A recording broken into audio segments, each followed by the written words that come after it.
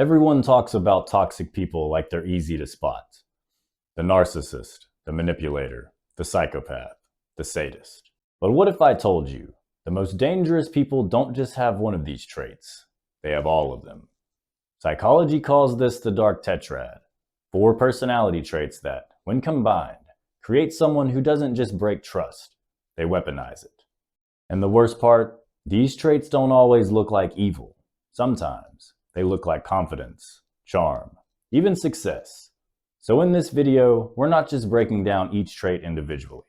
We're exposing how they connect, and how together, they create a personality that's almost impossible to see coming.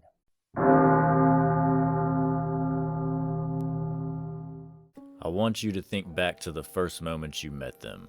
The first smile, the first spark, the first time you thought, where has this person been all my life? Because that moment wasn't an accident. It wasn't fate. It wasn't chemistry. It was a performance tailored specifically for you. But you didn't know that then. How could you? You were just excited, hopeful, maybe even open in a way you hadn't been in years. And that is exactly why they chose you. You didn't fall in love with a person. You fell in love with a mask. A carefully constructed, beautifully polished, expertly crafted version of who they knew you wanted. And when a narcissist decides to pull you in, they become exactly what you've spent your whole life searching for. Not because it's who they are, but because it's how they win. They study you, not with curiosity, but with intent. They listen to the way you speak. They watch your reactions. They pay attention to what lights you up and what hurts you. And then they shape themselves into the answer to every unhealed wound you carry. It feels magical. It feels synchronistic. It feels like destiny. But that's the mask. That's the trick. That's the illusion that starts everything. They don't bond with you. They mirror you. This part is going to hurt a little, but you need to hear it. The narcissist doesn't fall in love with you. They fall in love with the way you respond to them. They don't connect with your soul, they copy it. Perfectly, effortlessly, strategically. They mirror your humor, your values, your vulnerabilities. Everything feels aligned, like puzzle pieces clicking into place. But that alignment isn't love, it's mimicry. They become your reflection because reflections are easy to adore. And when you're looking into their eyes, you're not seeing them, you're seeing yourself. Your dreams, your desires, your unspoken needs. It feels intimate, it feels profound. It feels like you've known them forever, but what you're feeling isn't compatibility, it's manipulation disguised as connection. Why you were chosen. Let's shatter another illusion gently. You weren't chosen because you were weak, or naive, or easy to fool. You were chosen because you were strong, empathetic, open-hearted, emotionally intelligent. You have qualities narcissists lack, and qualities they want to extract, consume, and wear like armor. They chose people who care deeply, people who see the best in others, people who don't give up easily, people who believe in potential. These traits are gifts, but in the hands of a narcissist, they become vulnerabilities. You weren't chosen because something is wrong with you. You were chosen because something is right with you. Something they don't have, and never will. The honeymoon that feels like destiny. The early days feel like a miracle, like life finally gave you what you've always deserved. The way they look at you, like you're the only person in the universe. The constant affirmation, the affection, the attention, the intensity. It's intoxicating, not metaphorically, literally. Your dopamine spikes, your oxytocin surges, your nervous system becomes addicted to the euphoria they create. This is the soulmate illusion. The emotional high that binds you before you ever even realize you're tied. You're not imagining it. It really did feel like the strongest love you've ever experienced. And here's the part no one tells you. A narcissist love feels powerful not because it's real, but because it's targeted. They give you everything, because eventually they will take everything. The perfect partner, until they aren't. Narcissists don't reveal their true self right away. They can't. If they did, you'd run. So they perform. They project an image of themselves that's flawless, magnetic, irresistible. They make you feel seen in a way nobody else ever has. They make you feel wanted, chosen, special. And for a moment, a beautiful, dangerous moment, You believe you're safe. But behind the mask is someone fragile, someone empty, someone who can only maintain this performance for so long, because narcissists don't love you, they love what you give them. Admiration, validation, attention, devotion, energy, identity, supply. You are the mirror that makes them feel whole. As long as you keep reflecting the version of them they want to see, the mask stays on. But the second you become human, the second you need something, expect something, or set a boundary, the mask cracks, and the person who once made you feel like a dream will start making you feel like a burden. Why the beginning feels so real? You might still wonder, but why did it feel so real? Why did it feel like love? Because some of it was real, not their love for you, but your love for them. Your emotions were genuine, your hope was real, your excitement, your trust, your vulnerability, all real. They weren't faking your feelings, they were faking theirs. You gave your heart freely, they gave theirs strategically. That's the difference. You felt the connection because you were connecting. They felt the connection because you were attaching. It wasn't love between two people, it was love from one and extraction from the other. And still, you miss the mask. Even now, even after everything, a part of you misses them. Not who they became, but who they pretended to be. The version of them who made you feel alive, the version who made you feel cherished, the version who made you feel chosen.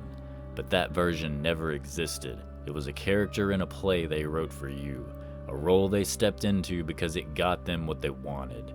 Missing the mask doesn't make you weak, it makes you human, and it means the manipulation worked. The mask is coming off.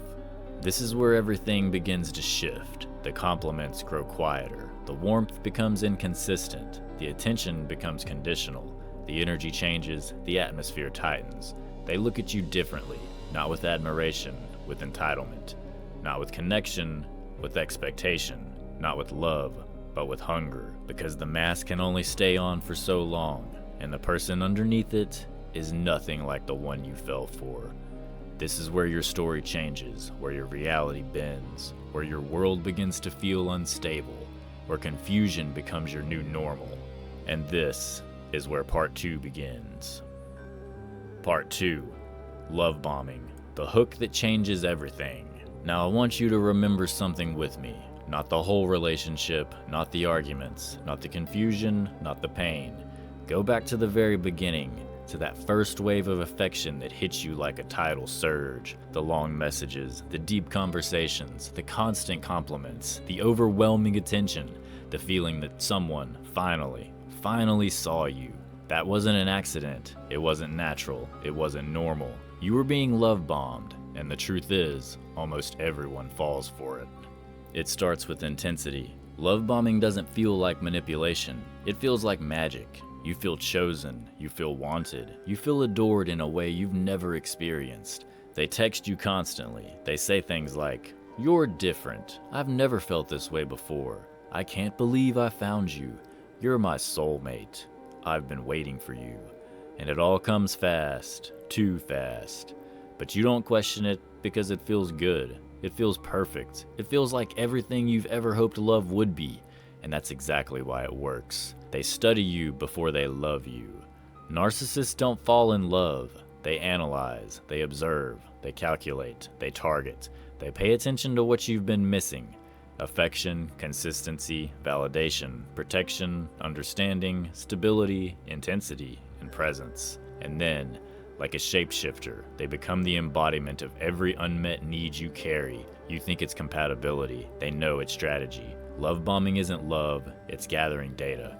Every time you react to a compliment, every time you open up about your past, every time you express a fear or a longing, they store that information, not to understand you, but to use it later. The more you reveal, the more they weaponize. You feel seen because you are, too well. It's flattering at first. Someone finally notices the little things. They care about your stories. They remember your details. They admire your strengths. They validate your vulnerability. But narcissists don't mirror you to connect. They mirror you to hook you.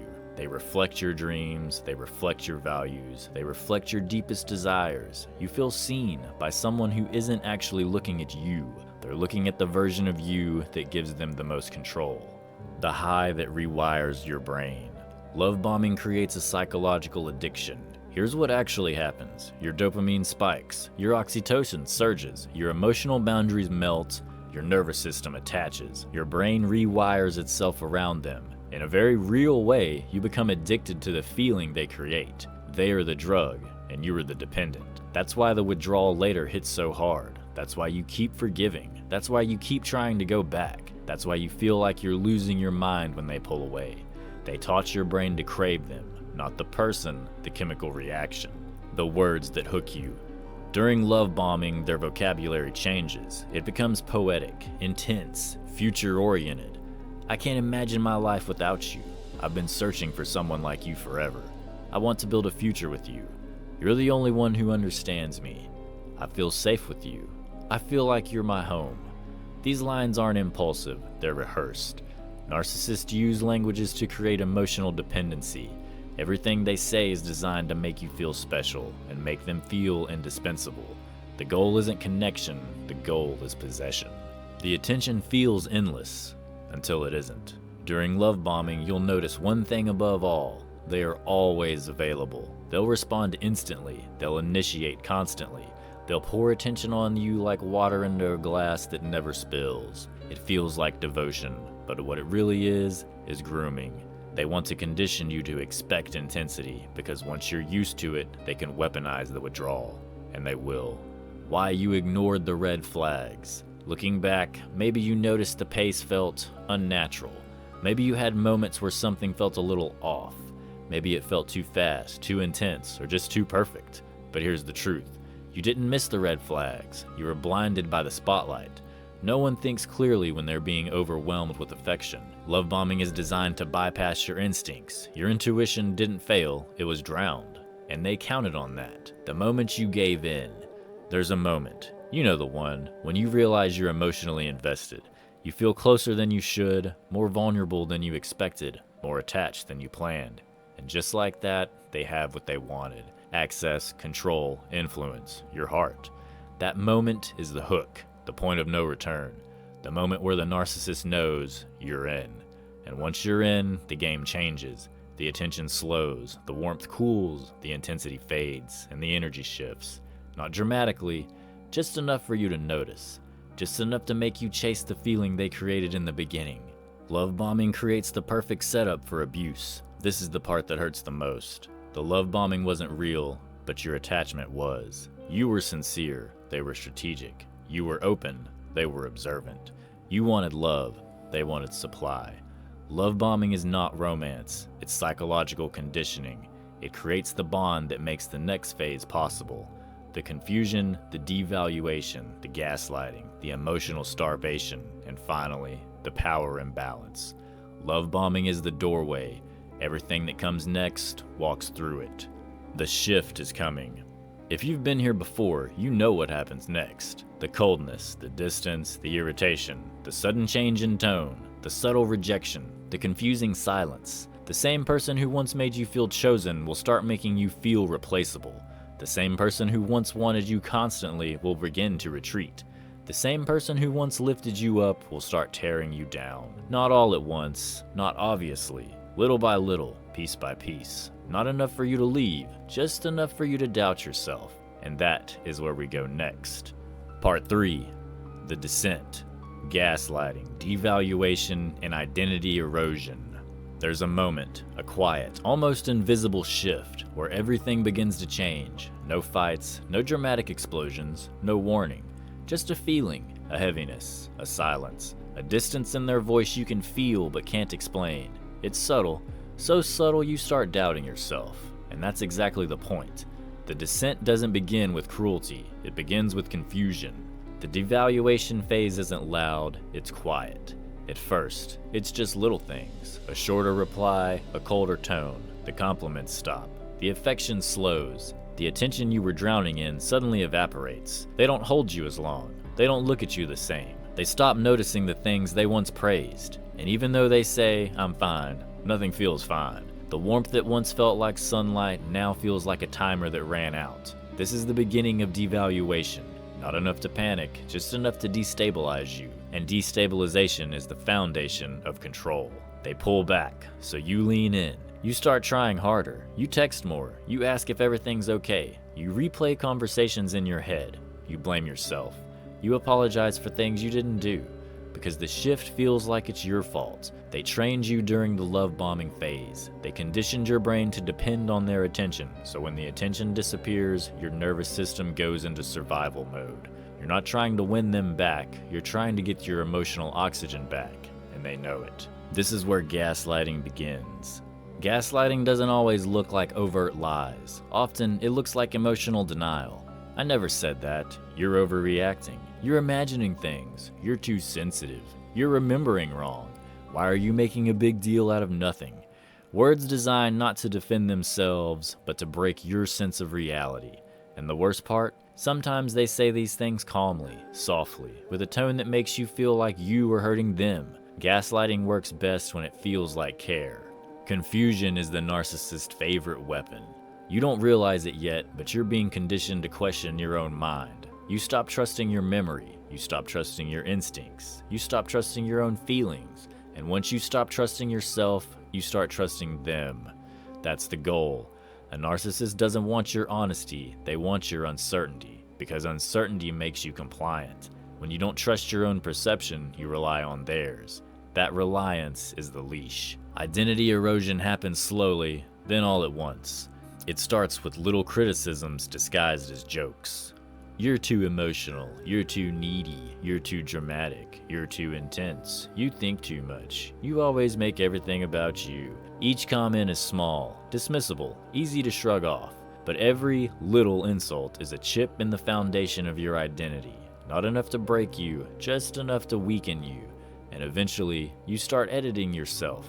You speak softer, you take up less space, you share less, you apologize more, you walk on eggshells without even noticing you're doing it. You're losing yourself slowly, quietly, invisibly. This isn't an accident, it's a strategy. The emotional roller coaster is on purpose. After pulling away for days, suddenly they're warm again. After ignoring you, they compliment you. After criticizing you, they hug you and say they didn't mean it. Your brain doesn't know whether to expect affection or rejection, and that unpredictability becomes a deeper hook than love bombing ever was. It's called intermittent reinforcement, the strongest psychological bond humans can form. You become addicted, not to the narcissist, but to the hope of the narcissist. The hope that the person from the beginning is still in there. The hope that if you just try harder, they'll come back. That hope is the cage. Triangulation, the sharpest knife they use. Then comes the comparison, the ex, the coworker, the friend, the stranger on their phone, the imaginary person in their mind. Suddenly, you're not enough. Suddenly, someone else is more interesting, more attractive, more understanding. Triangulation is psychological warfare. It makes you compete for affection that was never real to begin with. It makes you feel inadequate in a relationship where you once felt extraordinary, and it makes them feel powerful, watching you fight for something they never planned to give. Blame shifting. You become the problem. Their bad day becomes your fault. Their emotions become your responsibility. Their mistakes become your burden. You made me react that way. If you didn't do that, I wouldn't be upset. You're the reason I get like this. You push me to my limits. Blame shifting makes you feel guilty for their behavior, and guilt is one of the most effective tools of control. If you feel guilty, you tolerate more. You forgive more, you overlook more, and you lose yourself more. And they gain everything. Your nervous system is breaking, and you didn't even know it. You start feeling exhausted, anxious, irritable, drained, disconnected from who you used to be. You stop recognizing yourself. You stop smiling like you used to. You stop dreaming like you used to. Your world shrinks to one person, a person who is slowly destroying you, and yet you can't walk away. Part of you remains hopeful. Part of you believes the beginning was real. Part of you is waiting for the person you fell for to come back. That part is the trauma bond forming, and that's what part 4 is all about. The descent ends with silence. One day you wake up and realize you're no longer fighting to be loved, you're fighting to be treated like a human being. This is the moment that mirrors shatter. This is the moment that illusion dies. That is the moment that the narcissist tightens the leash, or prepares to discard you. Either way, you're entering the darkest psychological phase of them all, the phase where love turns to addiction, and you lose yourself trying to save someone who was never real to begin with. And now we go there. Part 4, Trauma Bonds. Why you stay even when it hurts. There's something you need to hear. Something people who've never dealt with a narcissist will never understand.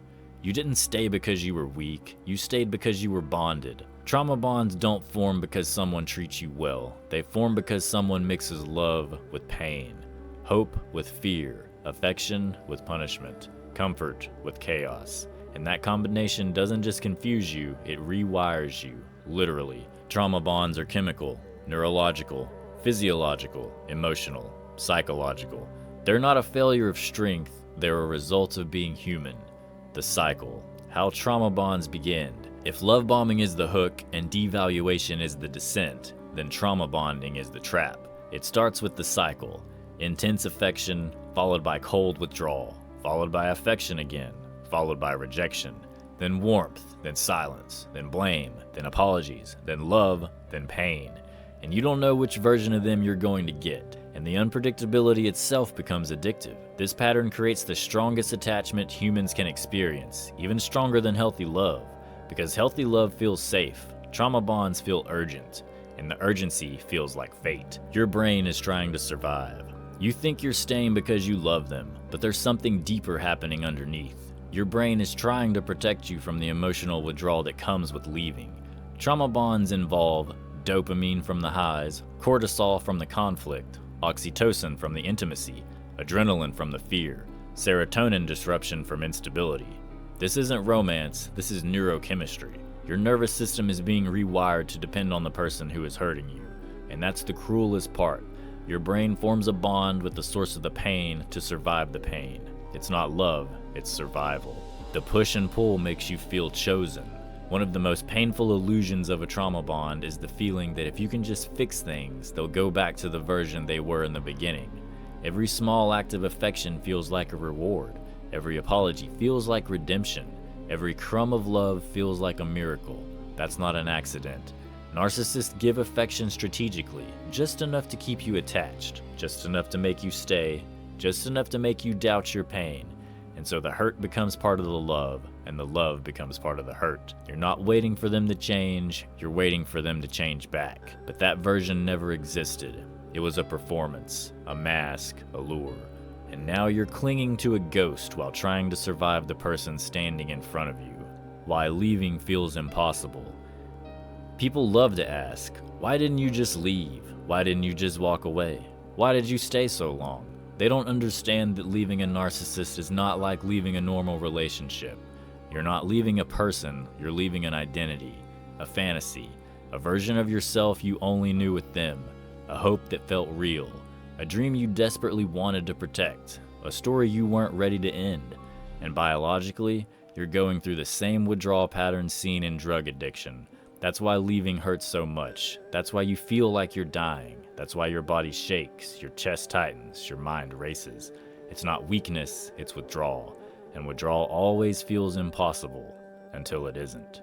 Your empathy was used against you. This is the part that breaks people the most.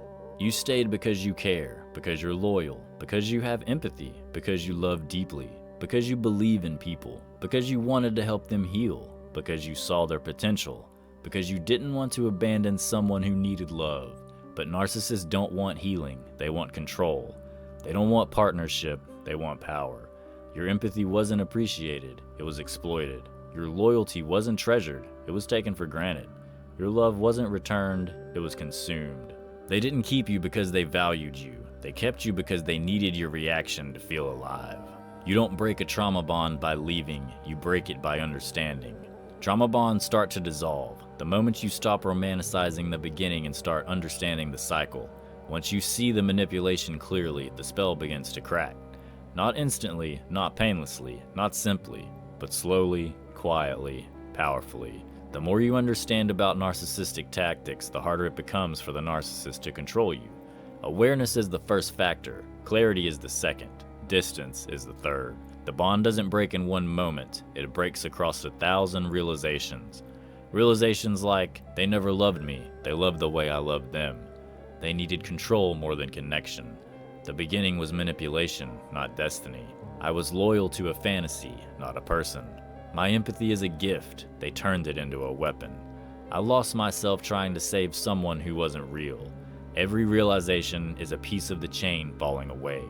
The Hoover, when they try to pull you back. Just when you start to gain clarity, the narcissist senses the shift. They feel the distance, they feel the power slipping, they feel the loss of control. And that's when they come back. Not because they love you, but because they love the way you made them feel. They will come back with promises, with tears, with apologies, nostalgia, sudden self-awareness, with vows to change, with "I miss you, you're the only one," and "I can't lose you." This is the Hoover, the final stage of the trauma bond. They're trying to pull you back into the cycle, not because they've grown, not because they care, but because their supply is leaving. A narcissist doesn't fear losing you, they fear losing control over you. And that fear turns them into the most convincing actor you've ever seen. But you are waking up. Trauma bonds don't break from distance alone, they break from realization. You don't heal by forgetting the beginning, you heal by understanding it was never real. You don't heal by missing the good moments, you heal by seeing the pattern behind them. You don't heal by blaming yourself, you heal by recognizing the manipulation. The moment you see the narcissist clearly is the moment their power over you begins to die. And even if you're not fully ready to walk away yet, you're closer than you think. Because now the truth is awakened you, and the truth is something a narcissist can never control. Part 5. Escaping the narcissist. Recovery, boundaries, and rebuilding. If you're here now, it means something inside of you has already shifted. Maybe it was the moment you realized the love was conditional. Maybe it was the moment you caught them lying, again. Maybe it was the silence, the blame, the erosion of who you once were. Or maybe it was that quiet whisper inside you saying, "I can't live like this anymore." Whatever brought you here, you need to understand something. Leaving a narcissist isn't an act of weakness, it's an act of awakening. And you're waking up now. Leaving isn't just walking away, it's breaking a system. People on the outside think leaving is simple. Just go, just block them, just move on. But they don't understand the invisible chains, the psychological hooks, the dependency created through months, sometimes years of emotional conditioning. You're not just leaving a person, you're leaving a pattern, a cycle, a bond that was built on your deepest wounds. You're leaving the version of yourself you became in order to survive them. It's not easy, but it's possible, and it's necessary. Step 1. The shift in identity. You have to see them clearly. Before you can leave physically, you must leave psychologically. You have to see them, not as the person you fell for, but as the person they really are. Not the mask, not the potential, not the good moments. Not the version they become when they're afraid of losing you. You must see the manipulation, the patterns, the chaos, the lies, the control, the emptiness. Once you stop romanticizing the beginning, the bond begins to break. Clarity is the antidote to manipulation, and you're getting clearer every second. Step 2. No contact isn't harsh, it's healing. A narcissist doesn't respect boundaries, they only respect access. As long as they can reach you, they can control you. So the most powerful step you can take is no contact. No calls, text, no checking their social media, no stalking their new relationships, no just seeing how they're doing, no emotional recycling. Every time you reopen the door, you give the trauma bond an opportunity to reattach. No contact isn't about punishing them, it's about saving you. And if no contact isn't possible, if you share kids, family, a home, then low contact with high boundaries is the next best thing. Short responses, no emotions, no explanations, no defending yourself, no engaging with bait. Turn your heart off around them, turn your logic on. Step 3. Expect the Hoover. They will try to pull you back. They won't let you go easily. When a narcissist realizes you're slipping away, they panic. They will promise to change, cry, apologize, bring up old memories, claim they've had a revelation, use guilt, pity, anger, jealousy, use sex, use silence, use new people to trigger you. They'll become the exact person you wished they were, for a moment, just long enough to hook you again. But here's the truth. They don't want you back because they love you. They want you back because your absence exposes their emptiness. Don't mistake their desperation for devotion. Hoovering is not love, it's possession disguised as regret. Step 4. Grieving the person you thought they were. Leaving a narcissist is not just escaping abuse, it's grieving a fantasy. You're mourning the version of them you fell for, the future you imagined. the hope you had held on to, the love you believed was real, the part of yourself you lost along the way. But grief is not a sign you made the wrong choice. It's a sign you're healing. You didn't lose a soulmate, you lost a parasite disguised as one. And now, you finally have space to become yourself again. Step 5. Rebuilding yourself. Slowly, quietly, powerfully. Recovery isn't linear. Some days you feel strong, other days you feel shattered. Both are normal. Both are part of healing. Here's what rebuilding looks like. You relearn your own voice, your own worth, your own needs. You relearn your own boundaries. You relearn that love shouldn't hurt. You relearn that peace is not boring, it's safe. You relearn that real relationships don't require losing yourself. Healing is remembering who you were before someone broke your reflection. And then, slowly, becoming someone stronger than before. Step 6. Understanding the pattern so you never repeat it. The final stage of recovery isn't fear of falling again, it's awareness. Once you've seen the cycle, you don't fall for the mask anymore. You recognize the love bombing, the intensity, the mirroring, the fast intimacy, the soulmate language, the sudden devaluation, the gaslighting, the self-centeredness, the emotional inconsistency, the entitlement. With awareness comes protection. You aren't guarded, you're educated. You aren't cold, you're discerning. You aren't hardened, you're awake. And nobody can ever dim the awareness you've earned through survival. The truth narcissists never want you to know. Now listen to this slowly. You were never hard to love. They were incapable of loving you. You weren't too emotional. They were emotionally empty. You weren't too sensitive. They were too cruel. You didn't stay because you were weak. You stayed because you're loyal. And loyalty is not a flaw. It's a superpower in the right hands. You didn't fail. You learned. You didn't break. You transformed. You didn't lose yourself. You're finding parts of you forgot existed. The story doesn't end with them, it begins after them. Leaving a narcissist isn't the end of your journey, it's the beginning of your freedom.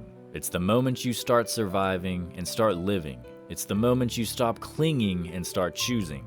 It's the moment you stop believing that love should hurt and start believing that love should heal.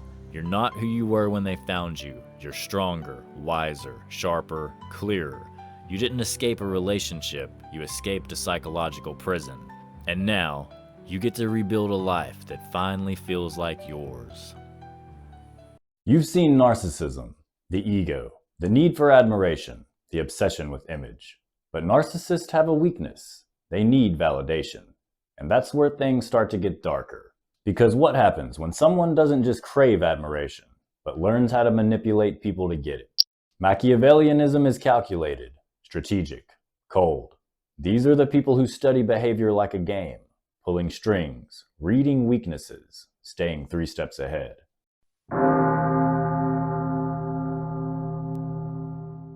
They don't enter your life loudly, not the Machiavellian. They don't storm in with arrogance or charm you with a blinding smile, or drown you in affection like the narcissist. No, the Machiavellian arrives quietly, softly, almost invisibly. And before you ever realize it, they've already assessed you. Because that's the first truth you need to understand. A Machiavellian doesn't meet you, they evaluate you. Your reactions, your weaknesses, your values, your blind spots. All cataloged in minutes. Not out of curiosity, not out of connection, but out of strategy. To them, people are not people. People are positions, opportunities, variables, resources. You are a piece on a board they've been studying long before you entered their line of sight, and they play the long game. They think in silence. Most people speak to think. Machiavellians think before they speak. Quiet, observant, composed, collecting information with every breath you take. While others rush to fill the silence, the Machiavellian listens. They listen to what you say, what you don't say, what you avoid, what excites you, what scares you, what breaks you. Silence is their weapon. Patience is their blade. You don't feel challenged by them. You feel comfortable, seen, understood. But they're not connecting, they're calibrating. Emotion is not a language they speak. You have to understand this clearly. A Machiavellian isn't driven by emotions, they use emotions. Anger is a tool. Charm is a disguise. Sadness is a tactic. Vulnerability is a trap. They don't feel the way you feel, not because they lack emotion, but because emotion never controls them. Where you would lash out, they would plan. Where you would forgive, they would analyze. Where you hesitate, they strike. Imagine someone with the emotional detachment of a surgeon and the strategic patience of a chess master. That is the Machiavellian mind. Cold, precise, unbothered. People are not partners, they are positions. When a Machiavellian looks at you, they don't see you. They see what you provide, how you respond, what you reveal, where you can be used, where you can be placed, how predictable you are, how much control you will require. You are not a friend, you are not a lover, you are not a threat. You are a calculation, not out of cruelty, but efficiency. Cooperation and connection are not emotional experiences for them, they are transactions. They don't seek closeness, they seek advantage, and they don't need to dominate you to use you. All they need is for you not to notice. Calm under pressure, because they planned for it.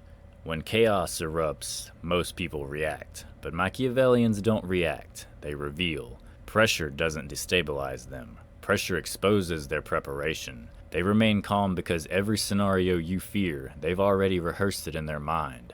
You raise your voice, they lower theirs. You express emotion, they flatten theirs.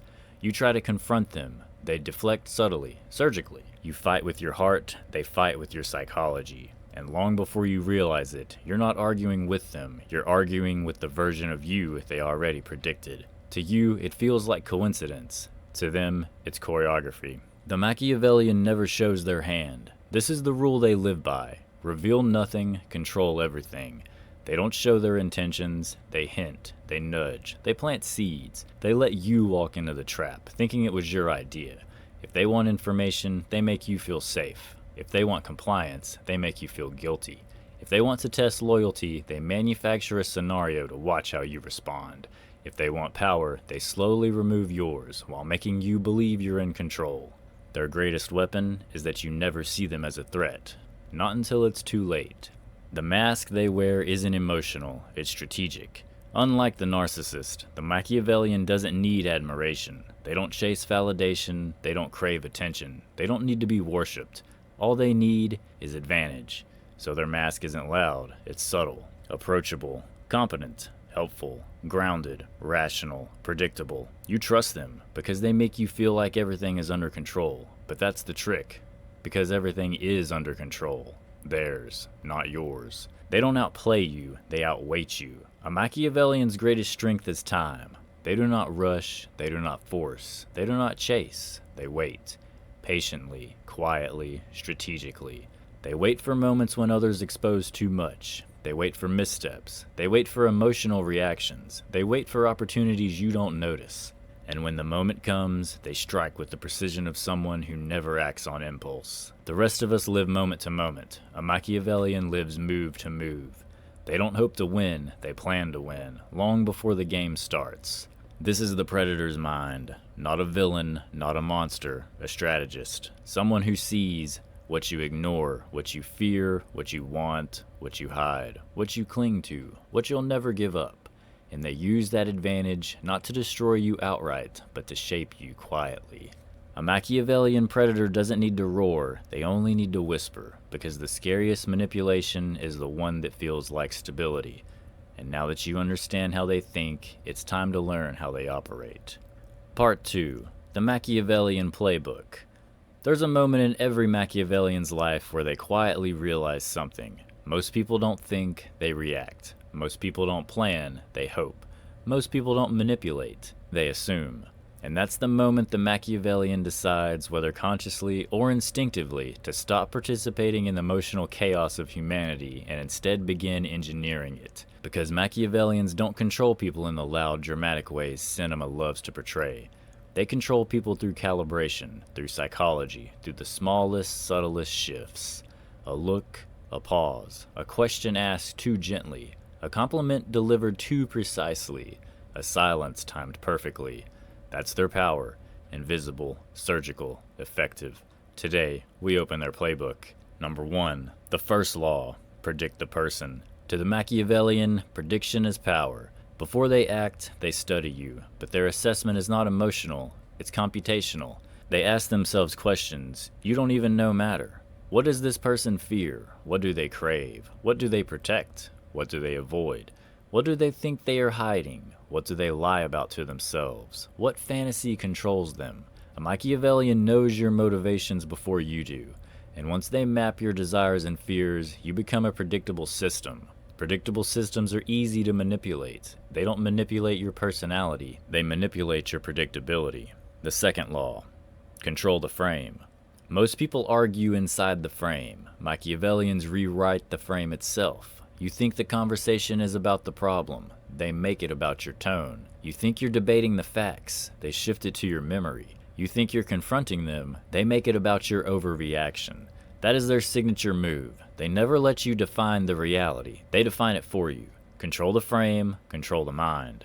It's why you always feel like you're one step behind, because you're fighting battles inside a story they already authored. The third law, engineer incentives. The Machiavellian knows that the strongest form of control is not force, it's motivation. So they engineer situations where you want to do what benefits them. You feel compelled to support them. You believe it was your idea all along. They don't push, they lean. They don't force, they influence. And they don't demand, they align your incentives with their agenda. A Machiavellian will never say, "Do this for me." Instead, they'll design a situation where doing it benefits your ego, your self-image, or your values. Manipulation, to them, is simply giving you a reason, one that feels good, to act in their favor. 4. The tactic of controlled unpredictability. One of the most terrifying tools in their arsenal is calibrated inconsistency, not chaos, not volatility, strategic unpredictability. Just enough to keep others off balance, attentive, cautious, eager to please, uncertain about missteps, and yearning for approval. They shift between warm and distant with surgical intention, not to confuse you emotionally, but to condition you behaviorally. The moment you think you understand them, they subtly change the rules. Not dramatically, not destructively, just enough to remind you that the ground beneath you is not stable unless they want it to be. 5. The power of selective transparency. Machiavellians understand a truth most people never realize. Perfect mystery is suspicious. Controlled vulnerability is disarming. So they reveal things strategically. A personal story that makes them relatable. A flaw small enough to seem human, but harmless enough to maintain control. A moment of vulnerability that activates your empathy. A confession that makes you lower your defenses. These are not accidents, these are precision tools. They give you just enough to make you believe you know them. You don't. You know the version of them crafted for your consumption. You know the illusion, not the architect behind it. 6. The rule of 3. How Machiavellians influence outcomes. Every Machiavellian influence strategy follows a simple pattern. 1. Shape perception. They change how you see the situation before they change how you react to it. Number 2. Direct attention. They highlight details that serve their agenda while downplaying everything else.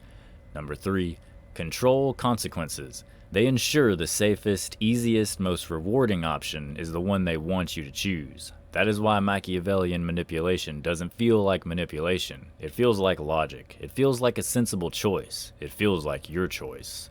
7. The tactic of plausible deniability. A true Machiavellian never leaves fingerprints. Every word they speak is crafted to be misinterpretable. Every request can be denied. Every action can be reframed. Every hint can be dismissed as coincidence. If you confront them, you lose. If you doubt them, you seem paranoid. If you expose them, you look unstable. They never give you enough evidence to accuse them without consequence. Their greatest power is always having an exit. 8. They win before the game begins. You're trying to win the argument. They're trying to win the dynamic. You're fighting for clarity. They're fighting for advantage. You're reacting to what they did. They're responding to what you will do next. They don't play the moment. They play the outcome.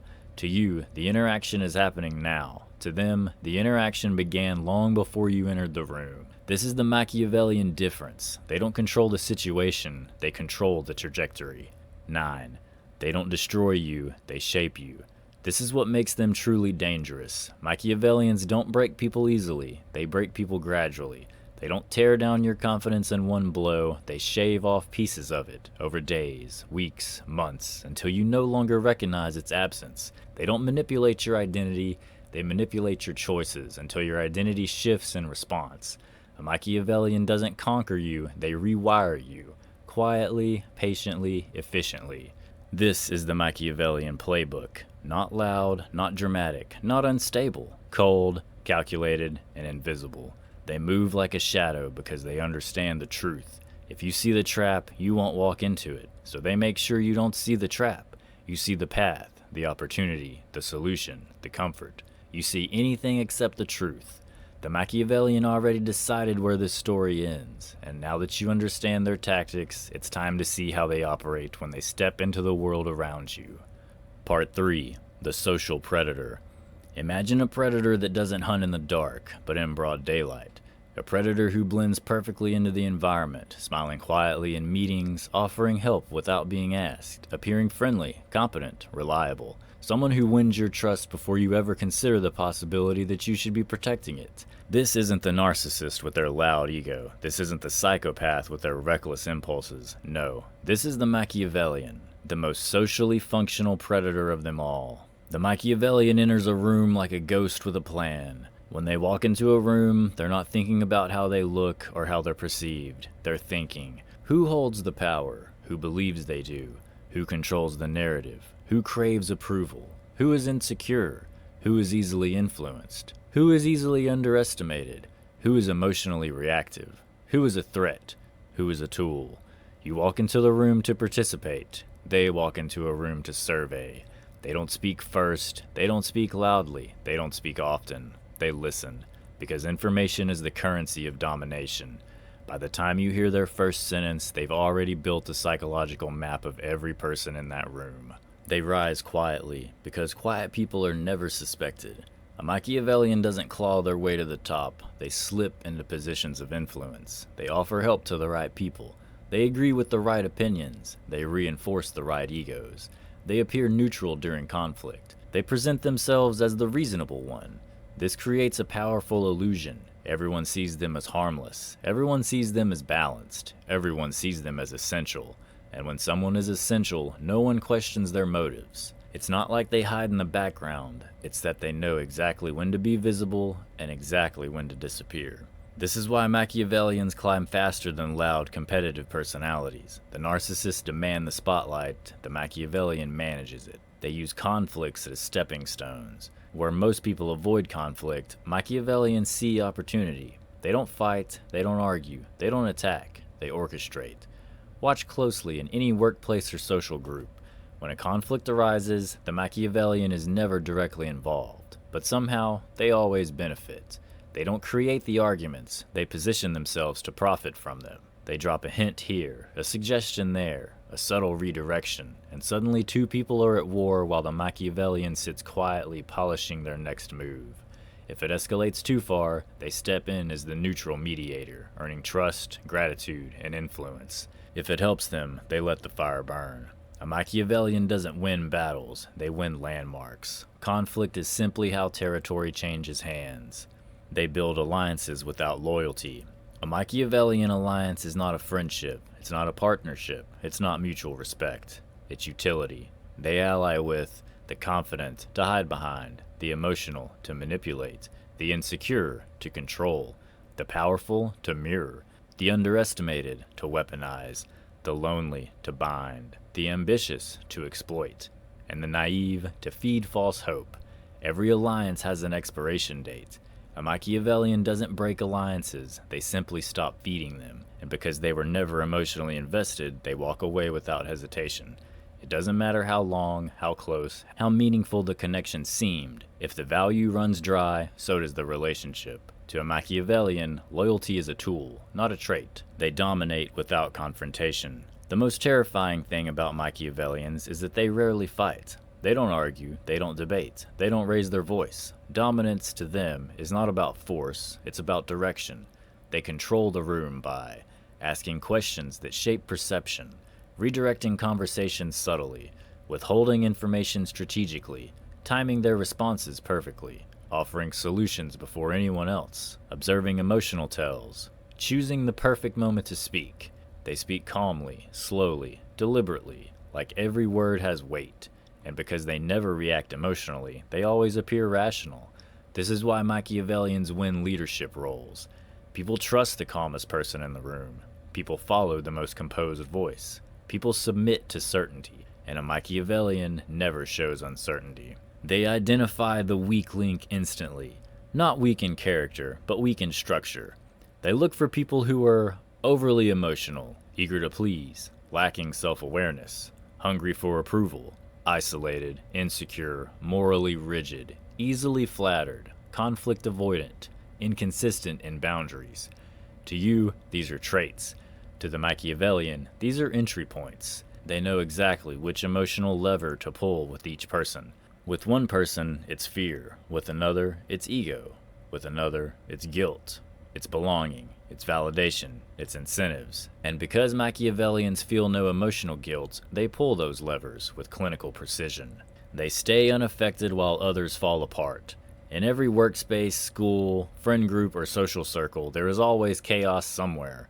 Drama, arguments, backstabbing, tension, fear, rumors, power struggles. And in the middle of it all, there is always one person who stays calm, controlled, rational, unshaken. That person is often the Machiavellian.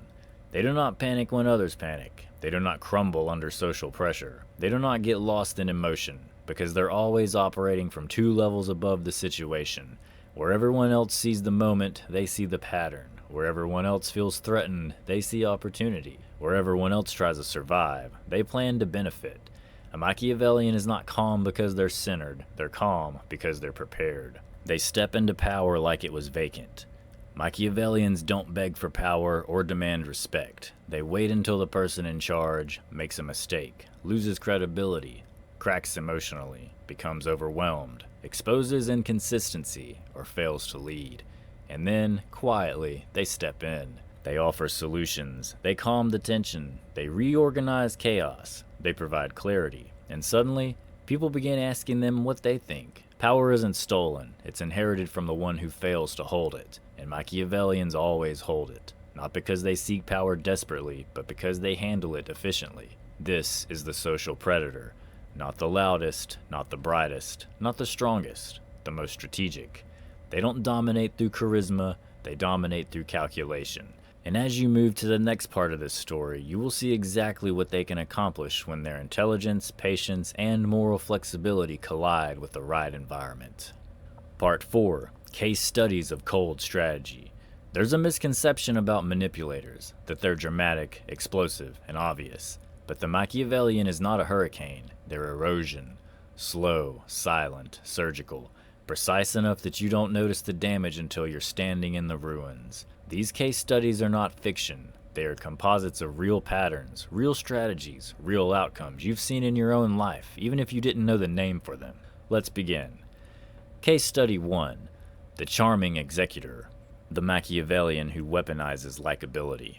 He wasn't the smartest person in the company. He wasn't the most experienced. He wasn't even the most confident. But he understood people. He understood that while competence is respected, likability is trusted. So he crafted his image carefully. Agreeable, but not eager. Helpful, but not servile. Confident, but never arrogant. Approachable, but not overly familiar. He laughed at the right jokes, complimented the right achievements, remembered birthdays, pets, hobbies, favorite restaurants. He wasn't building friendships, he was building positioning. Then, one afternoon, he noticed something. His boss was stressed, behind on deadlines, overwhelmed. And in a single gesture, the Machiavellian seized the moment. Hey, I can take some of that off your plate if you need. A simple sentence, a quiet offer, a wedge placed in the door of opportunity. 2 months later, his boss was telling upper management, I don't know what I'd do without him. 3 months later, well, he already handles half my responsibilities. 6 months later, a promotion opens, and with a single sentence whispered privately, he sealed the deal. I want to help stabilize the department. I know how everything works already. No begging, no drama, no show. Just a silent climb built on carefully engineered likability. This is a Machiavellian tactic. Dominate the emotional environment by mastering the social temperature. Case Study 2. The Gentle Knife. The Machiavellian who destroys reputations softly. She never raised her voice. She never insulted anyone. She never engaged in gossip. In fact, she often discouraged it. But when she saw someone as a threat, she didn't attack them. She nudged the perception around them. This is how she eliminated rivals. She would say, "I love him. He's so passionate. Sometimes he gets overwhelmed, though. Have you noticed that? Maybe he just needs better structure." A positive statement wrapped around a subtle incision. To someone else, "He's incredibly smart. I really wish he communicated more clearly. People often misunderstand him." To the boss, "He's great. My only worry is he might burn out. He takes on so much emotional weight. I hope he's okay." She didn't accuse. She didn't gossip. She didn't slander. She seeded concerns. Not enough to be suspicious, just enough to be memorable. And over months, those seeds grew into undeniable impressions. He's emotional. He's unstable. He's inconsistent. She destroyed him without ever appearing destructive. That is the Machiavellian genius. Reputation assassination delivered as concern. Case study 3. The strategic partner. The Machiavellian in relationships. He didn't love her. Not the way she thought, not in the way she hoped. But he didn't pretend to love her either. He pretended to mirror her perfectly. Her passions became his interest. Her values became his beliefs. Her dreams became his plans. Her insecurities became his opportunities. She believed she found a soulmate. In reality, she found a strategist. Machiavellians in relationships don't love emotionally. They love strategically. They love your stability, loyalty, predictability, usefulness, social connections, resources, and devotion. They understand the psychology of attachment better than you understand your own heart, and their greatest weapon is their ability to create the illusion of compatibility. But once they secure the bond, the mask shifts subtly. Not a dramatic change, a chilling one. He stops mirroring her. He starts editing her. A comment about how she reacts. A suggestion about how she thinks. A planted doubt about her memory. A quiet comparison to someone else. A gentle critique disguised as help. He reshapes her, slowly, quietly, strategically. Not because he wants her broken, but because a broken person is easier to position. This is a Machiavellian lover. Not a partner, but an architect of control. Case study 4. The shadow at the top. The Machiavellian who rules without ever being the face. He never took credit. He never sought spotlight. He never positioned himself as a leader. Instead, he positioned himself behind one. He identified a charismatic, ambitious, easily influenced superior and became indispensable to him. He fed him ideas that felt like his own. He planted doubts that seemed like intuition. He redirected decisions gently. He shaped alliances invisibly. He framed narratives subtly. He wasn't the king, he was the kingmaker. And the king never realized whose hand was on the throne. When things went well, the leader took credit. When things fell apart, the leader took blame. The Machiavellian was untouchable. Safe from exposure, safe from confidence, safe from scrutiny. He didn't need the crown, he owned the person who wore it. This is advanced Machiavellianism. Power without visibility, control without responsibility. Case study 5. The quiet destroyer. The Machiavellian who wins by letting others lose. The Machiavellian didn't manipulate outcomes, he manipulated expectations. He knew one truth. People will destroy themselves if you give them the right opportunity. So he never set traps, he never lied, he never interfered. He simply praised someone's weakest trait, gave them responsibilities above their skill level, encouraged their overconfidence, positioned them in places where failure was likely, kept them too busy to prepare, subtly linked their success to unstable people, motivated them to reveal their flaws publicly, and then he waited. He didn't sabotage them, he simply lit the fuse and let them carry the bomb. When they fell, it looked self-inflicted, and he was the one who comforted them afterward. Not because he cared, but because he wanted to stay close to the next opportunity they might create. This is the Machiavellian at their coldest, winning without ever appearing to play. This is cold strategy in the real world. At this level, Machiavellianism isn't dramatic. It's not loud. It's not cinematic in a Hollywood sense. It's cinematic in a Hannibal Lecter sense. Quiet, calculated, intimate, inevitable. Power acquired not through force, but through precision. Control achieved not through domination, but through choreography. Influence won not through charisma, but through understanding. They don't need to be feared to be dangerous. They only need to be underestimated. And now, Now that we've seen how they operate in the world, it's time to confront the most important part of this story, what you can do about it. Part 5. Defending yourself against a Machiavellian. There's a truth you need to understand before anything else. You cannot beat a Machiavellian by playing their game. You cannot out-manipulate someone who does not feel guilt. You cannot out-strategize someone who has been studying you quietly since day one. You cannot outmaneuver someone who mapped your reactions before you even knew you were reacting. But you can become someone they can't use, someone they can't predict, someone they can't bend or shape or steer, because Machiavellians do not prey on strength, they prey on psychological blind spots. You remove those blind spots, and you remove their power. This is how. 1. Become emotionally unreadable. A Machiavellian's power comes from reading you. Your tone, hesitation, micro-expressions, insecurities, reactions, your emotional cracks, your desire to be seen, your instinct to explain yourself. So the first defense is simple. Stop giving away information. Not by being cold, but by being boringly neutral. Short answers, calm tone, unreactive posture. Not hostile, not defensive, not emotional. Just unreadable. A Machiavellian cannot manipulate what they cannot measure.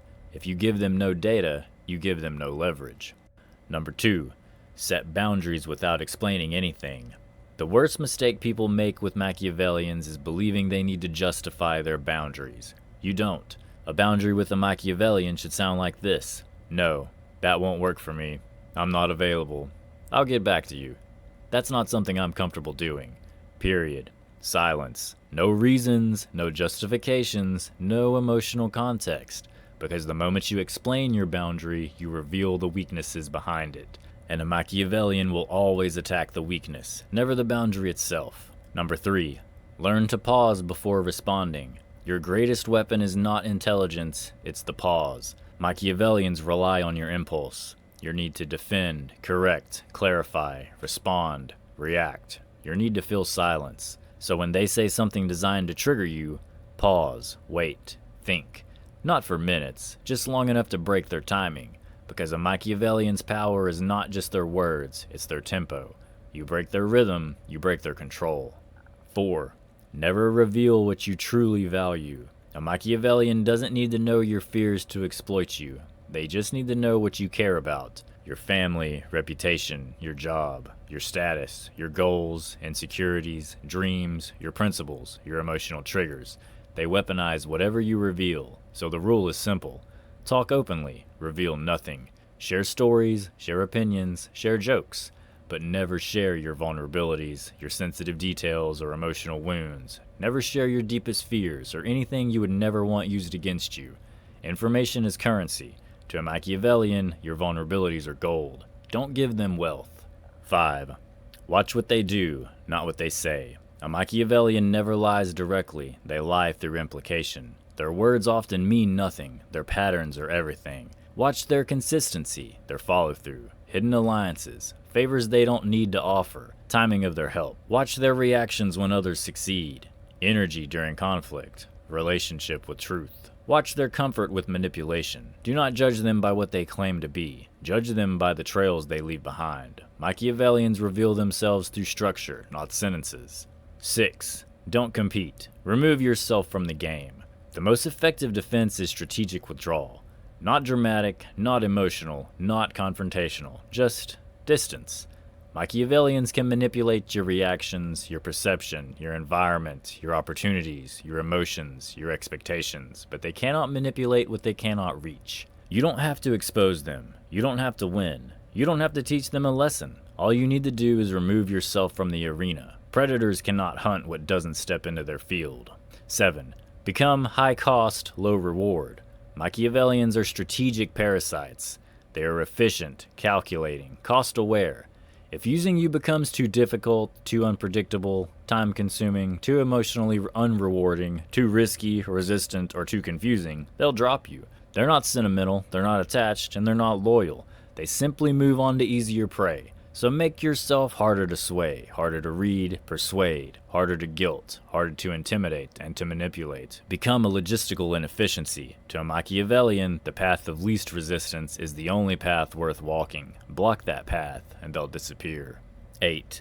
Know the one thing Machiavellians fear. It's not confrontation, it's not exposure, it's not strength or intelligence. What Machiavellians fear is this: an unpredictable opponent. Machiavellians rely on patterns, they rely on human predictability, they rely on emotional logic. Whenever you pause unexpectedly, detach emotionally, break your usual behavior, and become unreadable, when you refuse to justify yourself, stay calm during provocation, decline without guilt, and act in ways they didn't anticipate, you break their psychological model of you. And when they can't predict you, they can't control you. Unpredictability is the antidote to strategy. Chaos, when used intentionally, is checkmate. 9. Understand that their power was never magic, it was ignorance. Once you learn the playbook, tactics, laws, motivations, psychological levers, the patterns, the timing, the posture, the framing, the incentives, you no longer fear them. You see them for what they are. Not masterminds, not supervillains, not geniuses. Just humans with a very specific set of tools. Tools that break the moment you recognize them. The moment you stop reacting emotionally and start responding strategically, their influence evaporates. Machiavellians are not unstoppable, they're merely unnoticed. Once you see the predator, you stop being the prey. But even they have limits, because manipulation still requires patience, planning, control. Now let's imagine someone who throws all of that out the window. No guilt, no fear, no hesitation. Psychopathy is where the mask really slips. No empathy, no remorse, no internal breaks. But here's the part most people don't understand. Psychopaths don't always enjoy the damage they cause. For them, it's often just necessary.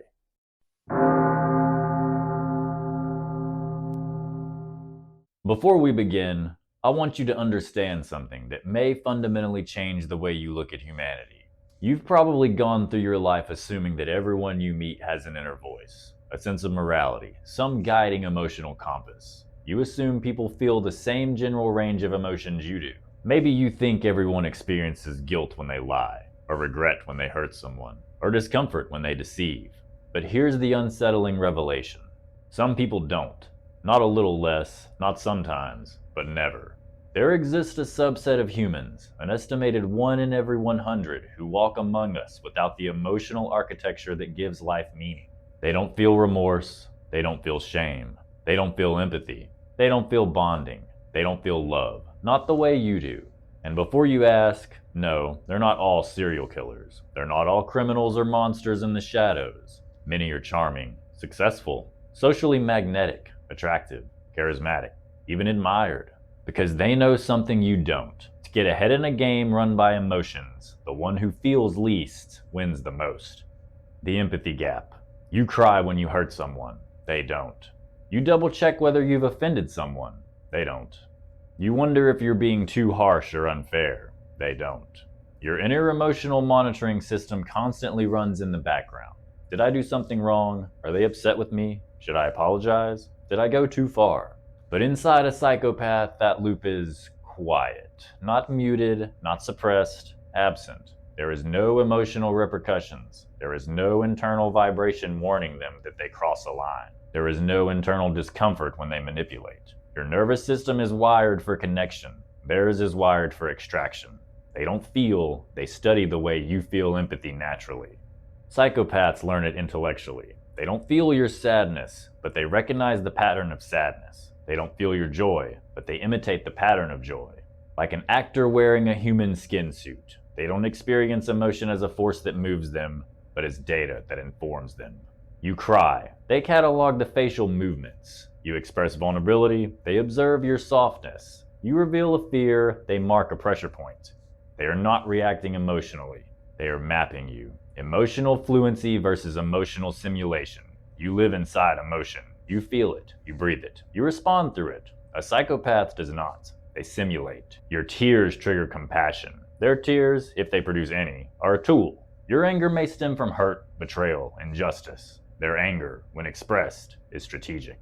Where you feel, they analyze. Where you connect, they exploit. Where you hesitate, they advance. You might think, who would do that? But for them, it's not personal. It's not malicious for the sake of cruelty. It's not emotional at all. It is simply efficient. Calm under fire. You've seen this phenomenon. A normal person under stress panics, worries, sweats, spirals. A psychopath under stress sharpens. Their heartbeat doesn't surge, their focus doesn't fog. Their mind doesn't drown in anxiety because they don't have anxiety about morality. No fear of shame, no fear of guilt, no emotional cost. In a crisis, they may even appear heroic, collected, composed, confident, not because they're calm, but because they're empty. There are no waves of emotion rocking their center. While others are overwhelmed by feelings, the psychopath moves through chaos like a blade through water. The dangerous advantage. Imagine life as a chessboard. You have emotions, you have attachments, you have loyalties, you have bonds, memories, empathy. These things matter to you, but to a psychopath, feelings are distractions, attachments and vulnerabilities. Bonds are leverage points, trust is a weakness to be exploited. To them, the game is pure strategy. And if you've ever wondered why psychopaths climb quickly in corporate environments, advance effortlessly in power structures, socially dominate in negotiations, excel in high-pressure environments, this is why. Where others hesitate, they act. Where others worry, they decide. Where others feel, they calculate. The emotional predator.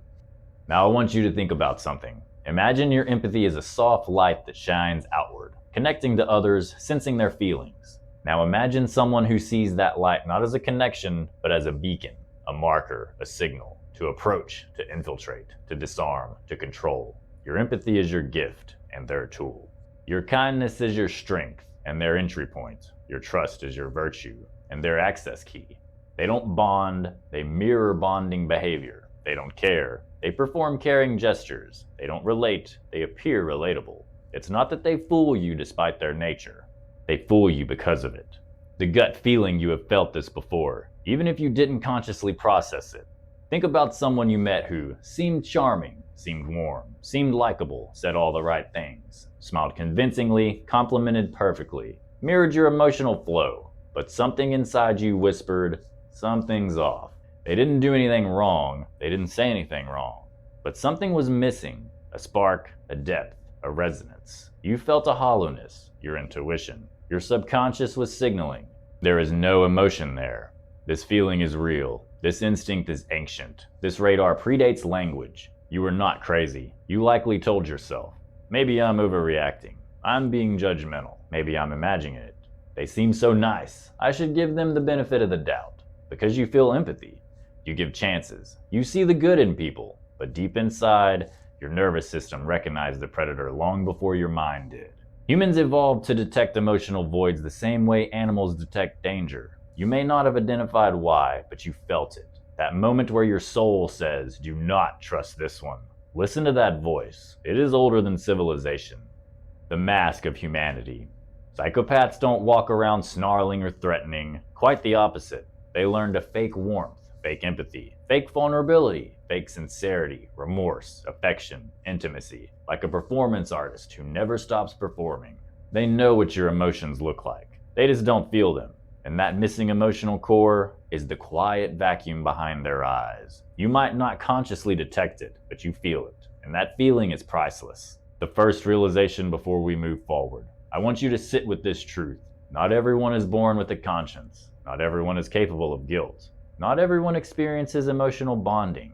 Not everyone wants connection. Some people want control. And this lack, this absence, this void is not always visible on the surface. It often hides in the most beautiful faces, the most charismatic smiles, the most confident voices, because the predator has perfected the art of camouflage. Part 2. The predator's charm, seducing trust and eliminating defense.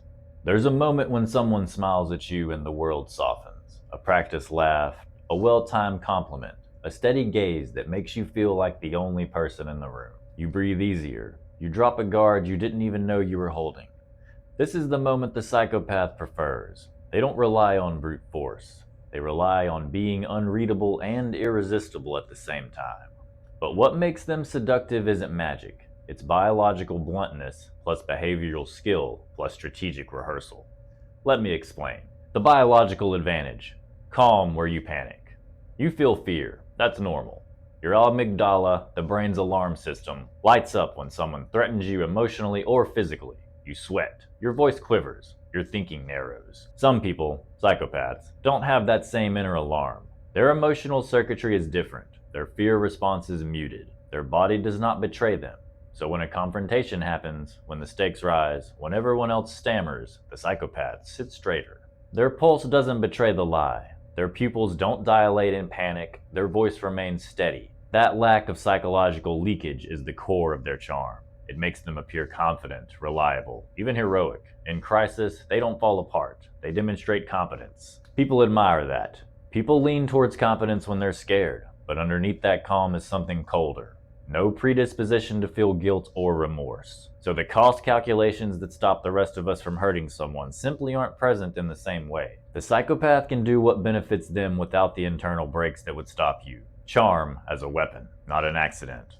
Charm is not spontaneous for many psychopaths. It's practiced. It's tactical. It's rehearsed until the gesture, the laugh, the eyebrow raise, the sympathetic nod lands with perfect timing. They study social scripts the way a spy studies accents.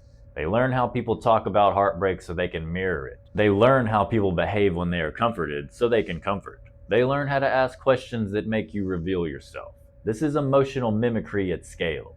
It feels intimate because it is intimate, but the intimacy is instrumental. You feel seen because they have engineered an experience in which you reveal your vulnerabilities. Every vulnerability they coax out of you becomes a lever. You don't realize you're being mapped. You only notice later when your secrets have been used or when the warmth stops and the tools remain. Novelty, boredom, and the need for stimulation. One reason psychopaths charm is simple. They get bored. Deeply, easily bored. Without the tether of emotional life, their internal world lacks the constant, messy feedback loops that most people use for meaning. They crave stimulation, novelty, risk, triumph. So they create small dramas. They flirt dangerously. They escalate tension and then return to calm. They design scenarios that will engage them emotionally at the level of interest rather than the feeling. You become an instrument in that entertainment. That's why you sometimes meet psychopaths who are magnetic in short bursts but destructive in the long run. The thrill to them is not the relationship, it is the process of getting something, whether that be trust, access, advantage, and then discarding the object once that novelty fades. Instrumental empathy. Knowing without feeling.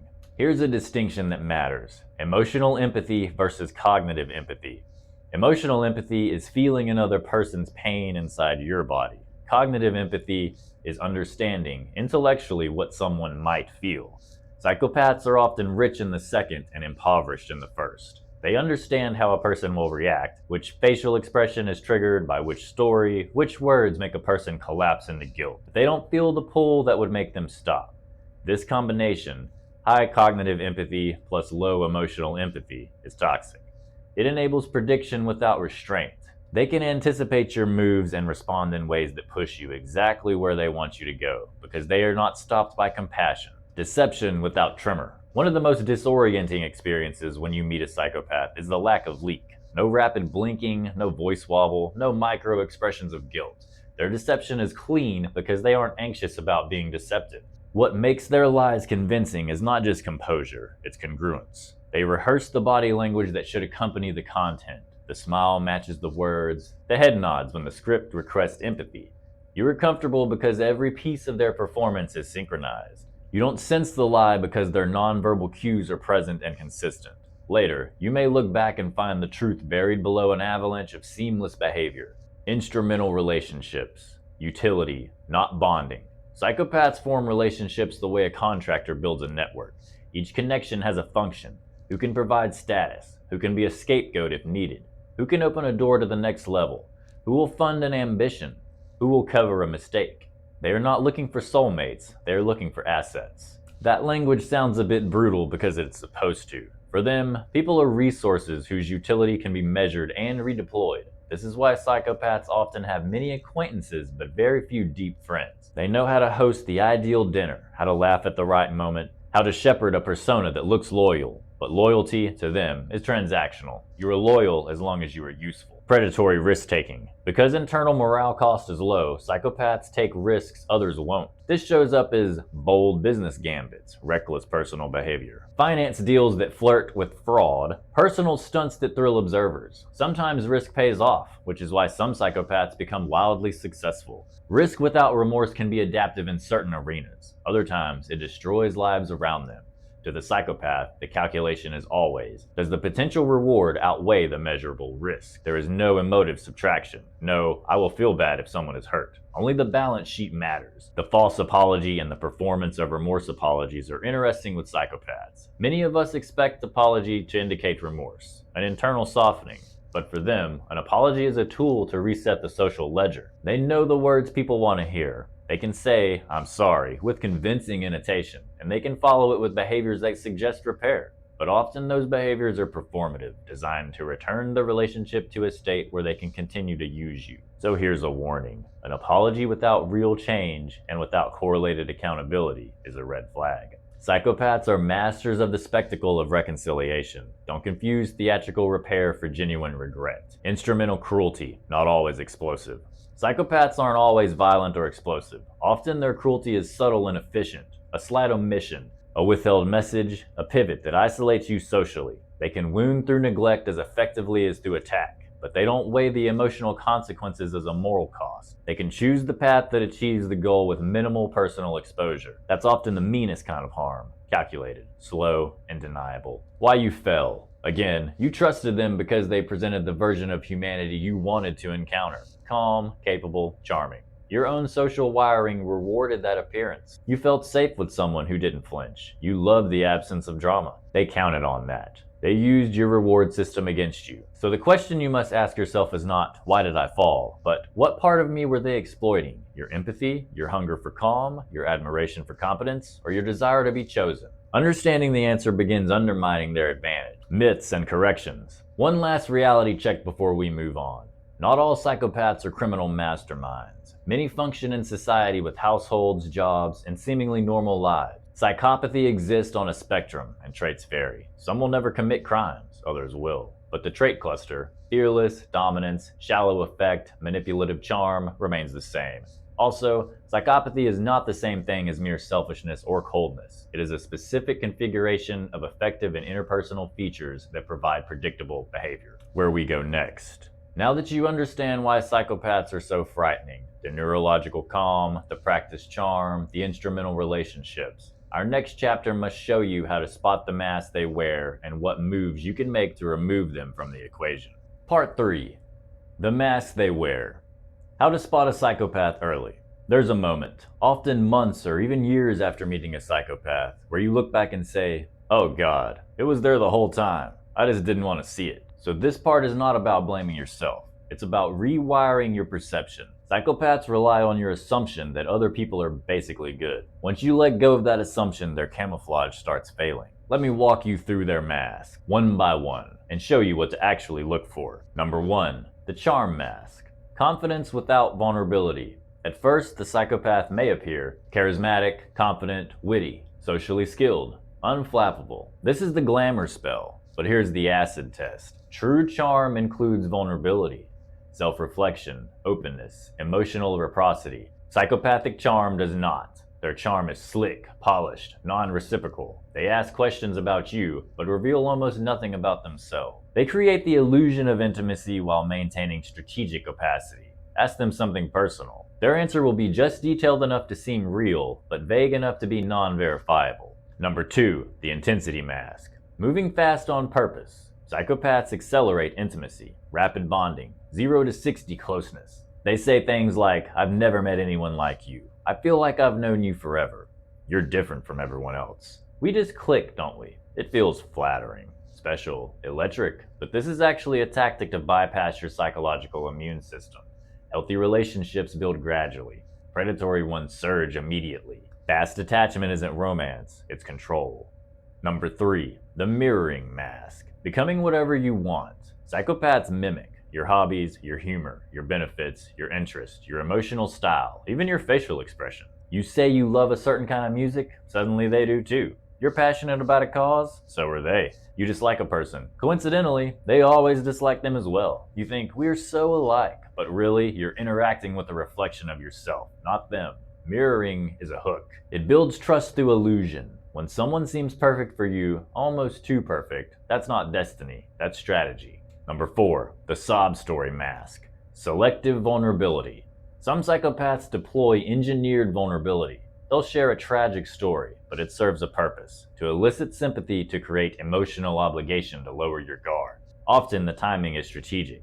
Just as you begin feeling suspicious, they reveal something sad, something that makes you feel like a jerk for doubting them. Their tragedy has a role: exoneration plus control. You stop questioning them because now you feel protective of them. But here's the giveaway: their vulnerability never comes with actual humility or growth. It's a performance, not a confession. Number 5, the flattery mask.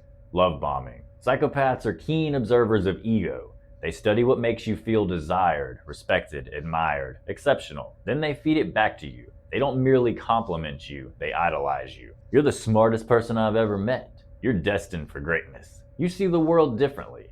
You're better than other people. You can practically feel the serotonin spike. But remember, idealization is phase 1. Devaluation comes later. They build you up only to later question everything about you. Number 6, the competence mask. Calm confidence.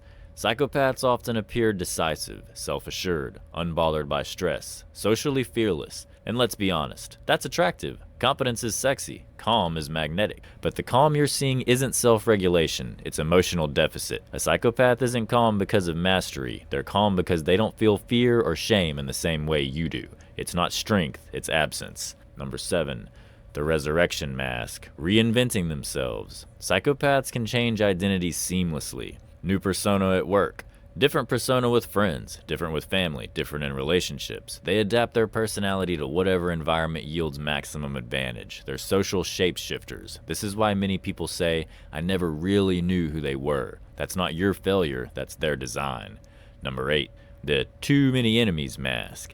Listen closely to how they speak about past relationships. There's always a string of toxic exes, jealous coworkers, backstabbing friends, unreasonable bosses, abusive parents, or crazy neighbors. They were always the victim, never the common denominator. Pay attention. If someone has a long history of being wronged by everyone, they're probably the problem. Number 9, the boundary test. Psychopaths always probe boundaries, subtly at first. Interrupting you, ignoring your no, pushing you to reveal something personal, asking invasive questions, joking at your expense, disrespecting time, space, privacy, pressuring you into quick decisions. They want to know, how easily can I override you? How pliable are you? How quickly do you fold?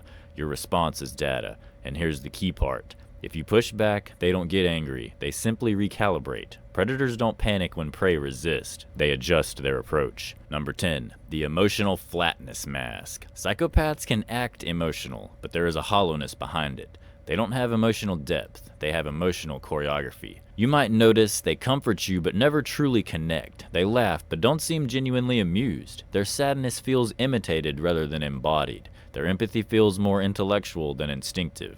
Their reactions are delayed, like they're observing and then performing. You might think they're guarded, but what you're actually seeing is emotional vacancy. Number 11, micro disrespect. Here's something most people miss. Psychopaths leak contempt in tiny ways. A smirk when you're hurt, dismissing your concerns, joking about your insecurities, eye-rolling, subtle belittling, sarcastic digs, mini mockery. It's not overt abuse, it's testing. They're measuring. How far can I go before you react? Whatever you tolerate becomes the new baseline. Number 12, the narcissistic borrowing. Psychopaths will sometimes attach themselves to someone with status, skill, beauty, influence, or reputation. They parasitize it. This is identity vampirism, acquiring glow through proximity. If you're impressive, they will leverage your shine. You will become a prop in their self-presentation. Number 13, the almost perfect pattern. Psychopaths are often excellent at being 90% right, 90% good, 90% trustworthy. But there's a glitch, a behavioral seam, something that doesn't quite line up, a contradiction, an inconsistency, a missing complexity. You feel it, you sense it. The gut whispers, something's off, but the rational mind silences it. And that brings us to one of the biggest lessons. Your database of goodness is their weapon. You judge people through empathy and similarity. You think, I would never do that, so they wouldn't either. Wrong. Psychopaths do not think like you. They do not feel like you. They do not bond like you. Their mind is not an emotional ecosystem. It's an optimization engine. So how do you spot them early? Here are the practical heuristics. Number 1, watch for emotional imitation. Not real emotion, simulated emotion. Number 2, Look for shallow self-disclosure. Never real vulnerability, only strategic vulnerability. Number 3, track who they blame. Is it always someone else? Number 4, notice their boredom. Do they need constant stimulation? Number 5, analyze their consistency. Personality should persist across context unless it's manufactured. Number 6, test small boundaries. Do they respect no? Do they respect your time? Do they respect your autonomy? Number 7, trust your discomfort. Your intuition spots patterns your conscious mind ignores. Here's the paradox. Psychopaths are easy to spot once you stop expecting them to be human in the way you are. Their emotional camouflage only works if you assume remorse is universal, empathy is standard, guilt is inevitable, connection is real, love is mutual. Once you realize some humans don't play by the rules, the spell weakens. Part 4. The damage they do. Psychological fallout and the fracturing of identity. There's a moment, sometimes months or years after escaping a psychopath, when you look in the mirror and barely recognize the person staring back. You think, how did I become this version of myself? Where did my confidence go? Why can't I trust my own intuition anymore? That's not weakness, that is the aftershock, the psychological earthquake, of having your reality manipulated by someone who never felt a genuine connection to you. This section is about the internal scars, not the visible ones. Number 1. The psychological infection. Exposure to a psychopath doesn't merely hurt you, it changes you. You begin doubting your memory, your perceptions, your instincts, your boundaries, your worth, your identity. Psychopaths poison that inner voice, the internal compass, and they replace it with their commentary. Their voice becomes your voice. Instead of thinking, I don't like this, you start thinking, maybe I'm overreacting, maybe they didn't mean it. Maybe it's my fault. I'm too sensitive. I shouldn't make a big deal about this. This is interior colonization. They don't just manipulate you externally, they occupy your cognition. Number 2, gaslighting is cognitive warfare. Gaslighting is not about confusion, it's about control. Psychopaths create reality distortion, rewriting history, denying events, minimizing harm, shifting the blame, invalidating your emotions, accusing you of irrationally reframing facts to suit their narrative. They might say things like, calm down, you're being dramatic. You're misremembering. That never happened. You're too emotional. You're making something out of nothing. You're imagining things. Or you're crazy. And the terrible thing is, eventually you start believing them. You stop trusting your memory. You stop trusting your anger. You stop trusting intuition. This is the psychological lobotomy. Number 3, the identity breakdown. Being with a psychopath fractures identity in very specific ways. You begin to feel smaller, unsure, self-conscious, apologetic, hesitant, dependent, muted. You might have entered the relationship as strong, confident, self-directed, proud, independent, and you slowly become self-doubting, confused, approval-seeking, emotionally volatile, insecure. Psychopaths don't destroy self-esteem, they erode it, bit by bit, comment by comment, moment by moment, until you find yourself asking, what happened to me? Where did I go? Number 4, trauma bonding. This is one of the most damaging psychological outcomes. You become bonded to the person hurting you. How? Through inconsistent reinforcement, affection, withdrawal, admiration, rejection, praise, criticism, warmth, coldness. This trains your nervous system like a slot machine. Hope, disappointment, hope, disappointment, hope. You become addicted, not to the person, but to the cycle. This is why victims don't leave, not because they're weak, but because their brain has been rewired. This bond becomes chemical. Number 5, self-blame. The final trick. A psychopath leaves you with this final wound. You think it was your fault. You replay the history and think, I should have noticed. I ignored the signs. I fell for it. I let it happen. I must have been stupid. I was naive. But you need to understand something deeply. Psychopaths do not manipulate weak people. They manipulate strong people, caring people, empathetic people, hopeful people. People who see goodness in others. You were not stupid, you were just human. Number 6, the slow loss of self-exposure to a psychopath is not an explosion, it's an erosion. You don't break in one moment, you dissolve over time. You stop expressing opinions, you silence objections, you suppress instinct, you minimize needs. You become compliant because every reaction of yours was mocked, dismissed, punished, ignored, twisted, misinterpreted. You start thinking, it's safer if I just say nothing. It's easier if I just agree. I'll just avoid conflict. silence becomes survival. Number 7, the intuition muting. Do you remember the warning signals you felt early on? That sense of unease, that flicker of doubt, that subtle discomfort. Psychopaths wage war on that. Whenever your intuition detects something off, they tell you it's irrational. Every time your instincts flare up, they shame you for it. Eventually, you stop hearing the inner alarm, your gut doesn't stop speaking, you just stop listening. Number 8, the manufactured isolation. Psychopaths isolate you, not dramatically, but quietly. They subtly drive wedges between you and your friends, your family, confidants, your coworkers, even your support networks. They sow the seeds. Your friends don't really care about you. Your family never understood you. That person is jealous of you. That person is toxic. That person is against us. Before you know it, your world shrinks. Isolation isn't physical, it's emotional.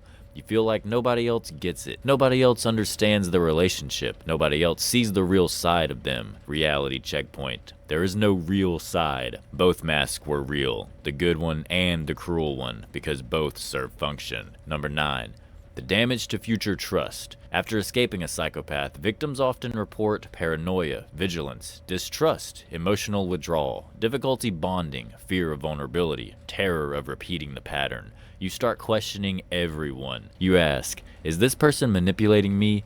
Can I really trust them? Are they lying? What's their hidden intention? Your nervous system remains in threat defense mode. Your heart becomes guarded. Your openness retreats. Your joy dims. Your spontaneity dies. You don't feel safe in connection anymore. Number 10, memory fog. Psychopaths create a strange cognitive effect, a blur in memory. Why? Because the brain cannot store a cohesive narrative from contradictory emotional input. Your mind tries to reconcile love versus cruelty, warmth versus coldness, admiration versus contempt, bonding versus belittling, connection versus exploitation. So instead of clarity, you get memory fog. You look back and feel like, was any of it real? What actually happened? Did I exaggerate? Did I imagine the bad parts or the good parts? Psychopathic relationships create memory distortion. This is normal, this is common, but this is recoverable. Number 11, the nervous system imprint. This exposure becomes somatic. Your body learns connection equals danger, love equals instability, closeness equals risk, attachment equals vulnerability. And you might experience insomnia, anxiety, hypervigilance, stress responses, panic, dissociation, body tension, or emotional numbness. Psychopathic harm isn't only emotional, it's neurological. Number 12, the shadow of self-disgust. Here's the darkest part. Many survivors end up ashamed, not of the psychopath, but of themselves. They feel humiliated for falling for it, for staying too long, ignoring the signals, defending the abuser, believing their lies, or even making excuses. This shame is undeserved, but extremely damaging, because shame doesn't protect, it isolates.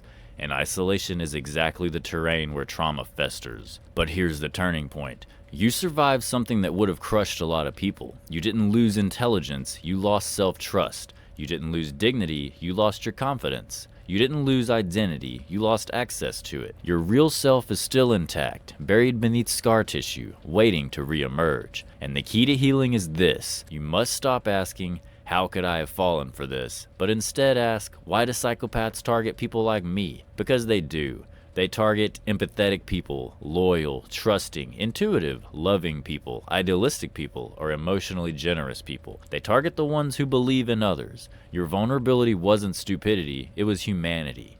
Part 5, breaking the spell. How to heal and become immune. There comes a moment, days or months or even years after the escape, when you feel something shift inside of you. You stop asking, why did they treat me this way? And begin asking, why did I allow it? Some people think this is blame. It's not. This is power, because healing doesn't begin with analyzing them. It begins with reconstructing you. This final section is about transformation, from self-doubt to self-trust, from emotional dependency to self-possession, from vulnerability to discernment, from prey to predator-proof. This is where the story changes. The first step, naming the predator. The moment you accurately name someone as a psychopath and internalize that designation, you begin to dissolve their power, because you stop interpreting their behavior as accidental, emotional, human, misunderstood, fixable, or loving. and instead just recognize they were playing a game. They were manipulating data points. They were acting without conscience. They were not like you. This shift is monumental. You realize, I wasn't in a relationship. I was in an extraction scheme. I wasn't loved. I was being used. I wasn't valued. I was harvested. This is painful and liberating because once the illusion cracks, it doesn't repair. Number 2, rebuilding self-trust. This is the deepest wound. Not the loss of trust in them, but the loss of trust in yourself. So you begin by rebuilding the broken compass. You learn to ask, what do I feel right now? What do I sense internally? What does my body say? What does my intuition whisper? And most importantly, you honor the answer. You don't dismiss it, you don't rationalize it, you don't override it. Because somewhere early in your story, your intuition knew. It felt the offness. It noticed the incongruence. It saw the cracks. But you silenced it. Now, you give it volume again. Number 3, cognitive sovereignty. You reclaim your mind. This means refusing to let others define your reality, refusing to internalize external judgments, refusing to defer your perception, maintaining belief in your own interpretation. You start treating your perception as valid. You start recognizing emotional manipulation as data. You begin to operate from the stance, if something feels wrong, it is wrong. Not because perception is infallible, but because self-trust is essential. Number 4, emotional neutrality as a defense. After being conditioned by emotional extremes, the instinct is to react strongly. Anger, retaliation, justification, explanation, argumentation. But immunity comes from neutrality. You shift from emotional engagement to observational detachment. You start seeing behaviors as indicators, patterns, signals, information. You observe, you recognize, you categorize. For example, instead of thinking, they're ignoring me, what did I do wrong? You think, they're using withdrawal as a control tactic. Instead of thinking, they're charming me, maybe they've changed. You think, they're applying love bomb strategy again. When behavior becomes visible, you become immune. Number 5, psychological boundaries. Psychopaths exploit porous boundaries, so you develop conversational boundaries, emotional, physical, digital, relational boundaries. You learn to say, no, I'm not comfortable with that. I don't owe you an explanation. That's personal. I'm ending this interaction now. Not with rage, not with apology, but with clarity. Boundaries do not require a justification. They are declarations of self-ownership. Number 6, the red flag radar. Once you've met one psychopath, you know the signature scent. You begin recognizing the early signs: superficial charm, intense eye contact, fast intimacy, mirroring your traits, flattery, idealization, vague personal details, evasive emotional history, lack of remorse, inconsistent stories, entitlement, predatory calmness. You stop giving benefit of the doubt and start giving evaluation of the pattern. You stop thinking, maybe I'm being harsh. You start thinking, maybe I'm being observant. Number 7, the return of selfhood. This is the beautiful part. Your identity begins to reemerge. Slowly, quietly, you start remembering who you were, what you liked, what you believed, what you valued, what made you laugh, what made you feel alive, what made you unique. You rediscover passions, you reclaim preferences, you revive boundaries, you restore voice. You begin speaking in first person again. I want, I need, I feel, I believe, I choose, I decide. You begin living from the inside out, not the outside in. Number 8, understanding your innocence. Here is a healing revelation. You didn't fall for them because you were blind, but because you were honest. You didn't ignore the red flags, you believed in potential. You didn't crave toxicity, you craved connection. Your hope was exploited, your empathy was weaponized, your humanity was used against you. But here's the transformation. Once you understood psychopathy, your empathy becomes informed empathy. Not indiscriminate empathy, not unconditional empathy. You gain discernment. Number 9, closing the loopholes they entered through. This is crucial.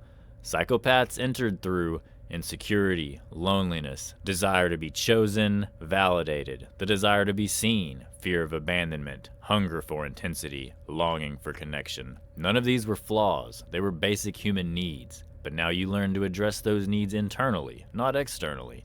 You learn, I don't need someone else to make me feel worthy. I don't need intensity to feel alive. I don't need chaos to feel connection. You build internal sufficiency. Number 10, the emotional firewall. You develop a protective stance, interest without investment, closeness without surrender, connection without dependency. You can engage with people, but you don't fuse with them. Your emotional core becomes grounded. You stop bleeding trust. You stop offering vulnerability prematurely. You stop revealing emotional wirings to strangers. Number 11, the reversal. From prey back to power. Here is the final metamorphosis. You become someone psychopaths cannot use, because you see through the charm, you question intention, you study motive. You don't seek approval, you don't seek validation, you don't get flattered, you don't respond to emotional bait, you don't hand over your psychology. Predators skip you, they sense it. You are no longer nutritious to them. Number 12, reclaiming the narrative. Instead of, they broke me, it becomes, they revealed me, they taught me, they sharpened me, they refined my perception, they forged my boundaries, they upgraded my discernment. This isn't spiritual bypassing, it's psychological alchemy. You turn the manipulation into mastery. 13, freedom, real, actual freedom. The final stage. You stop thinking about them, not because you forced it, not because you suppressed it, but because they no longer matter. Their power dissolves, their shadow disappears, their presence evaporates. You stop flinching at old memories, you stop seeking closure, you stop replaying conversations, you stop analyzing motives, you stop trying to understand, you stop feeling haunted. You are free. 14. The final perspective shift. When all is said and done, this is the realization. You were never unworthy, you were valuable. You were never undesirable, you were targeted. You were never weak, you were exploited. You were never stupid, you were sincere. And now, you are awake. 15. The new identity.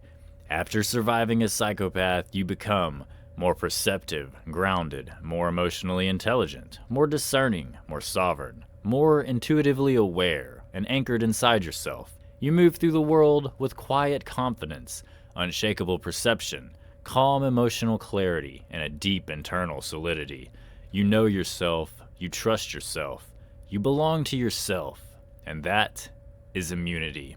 If you're watching this and you've lived through psychopathic harm, I want you to hear this. You are not broken, you are not ruined, you are not permanently scarred, you are rebuilding. And one day, you will tell the story of what you survived with a quiet strength that makes others feel safe. Because you're not the victim of a psychopath, you're the graduate of one.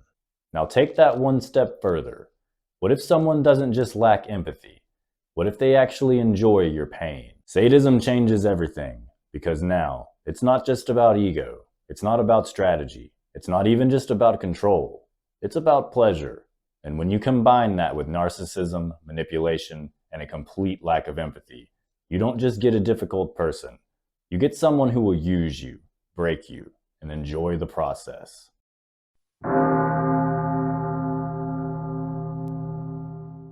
Why do some people enjoy hurting others? Not by accident, not in the heat of an argument, but deliberately. Sometimes they watch someone suffer and feel nothing. Sometimes they cause the suffering themselves. And sometimes they seem to enjoy it. Most people instinctively recoil whenever they see another person in pain. If someone trips and falls, we rush to help. If someone is humiliated in front of a crowd, we feel a secondhand embarrassment, an uncomfortable emotional reaction psychologists call empathetic distress. Our brains are wired to care about the experiences of other people. This capacity for empathy is one of the foundations of human society. It allows strangers to cooperate. It allows parents to care for children. It allows people to form friendships, relationships, and communities. But not everyone experiences empathy in the same way. For a small number of individuals, witnessing suffering produces a very different reaction. Instead of discomfort, they experience curiosity or excitement, or sometimes even pleasure. And when they cause that suffering themselves, the feeling can become even stronger. Psychologists call this tendency sadism. It is one of the darkest traits researchers have identified in human personality, and while it may sound like something confined to criminals or fictional villains, modern psychology suggests that it may be more common than most people realize, because sadism does not always appear as obvious violence. Sometimes it hides behind humor, sometimes it hides behind authority, and sometimes it hides behind people who seem completely ordinary. In this video, we're going to explore the psychology of sadism in 3 parts. First, what sadism actually is, and how psychologists define it. Second, how sadistic tendencies appear in everyday behavior. And third, the 4 psychological types of sadistic personalities identified by researchers. Because understanding sadism doesn't just explain extreme cruelty, it also helps explain something far more subtle: why some people seem to take pleasure in the suffering of others. The origin of the word. The word sadism has an unusual origin. It comes from the name of an 18th century French writer, Marquis de Sade. De Sade was infamous during his lifetime. His novels depicted characters who gained pleasure from cruelty, humiliation, domination, and violence. These stories were shocking for their time, but the notoriety surrounding them wasn't limited to fiction. De Sade himself was repeatedly imprisoned for crimes involving abuse and sexual violence. His writings and behavior became so infamous that his name eventually entered the language itself. By the 19th century, the term sadism was being used to describe individuals who gained pleasure from inflicting suffering on others. Over time, psychologists adopted the term to describe a specific personality trait, but modern psychology defines sadism more carefully than its historical origins. Today, sadism is generally understood as deriving pleasure from another person's pain, suffering, or humiliation. The key word in that definition is pleasure. Many people harm others, but most people do not enjoy doing it. Sadism is different because the suffering itself becomes rewarding, and that reward can take many forms: physical, psychological, and vicarious sadism. When people imagine sadism, they often picture physical violence, someone causing bodily harm, someone dominating another person physically. But psychologists recognize several different forms of sadistic behavior. The first is physical sadism. This involves causing physical pain or injury to another person. Historically, this is the form most associated with the word sadism. It can appear in violent crimes, abusive relationships, or extreme domination behaviors. But physical cruelty is not the only way sadism manifests. Another common form is psychological sadism. Instead of inflicting physical pain, the individual derives pleasure from emotional suffering. This may involve humiliation, mockery, manipulation, or deliberate emotional cruelty. For example, someone might enjoy publicly embarrassing another person, or deliberately sabotaging someone's success, or slowly undermining another person's confidence. The suffering in these situations is psychological rather than physical, but the enjoyment is still the same. Then there is vicarious sadism. This is perhaps the most subtle form. Instead of directly causing harm, the person enjoys watching suffering occur.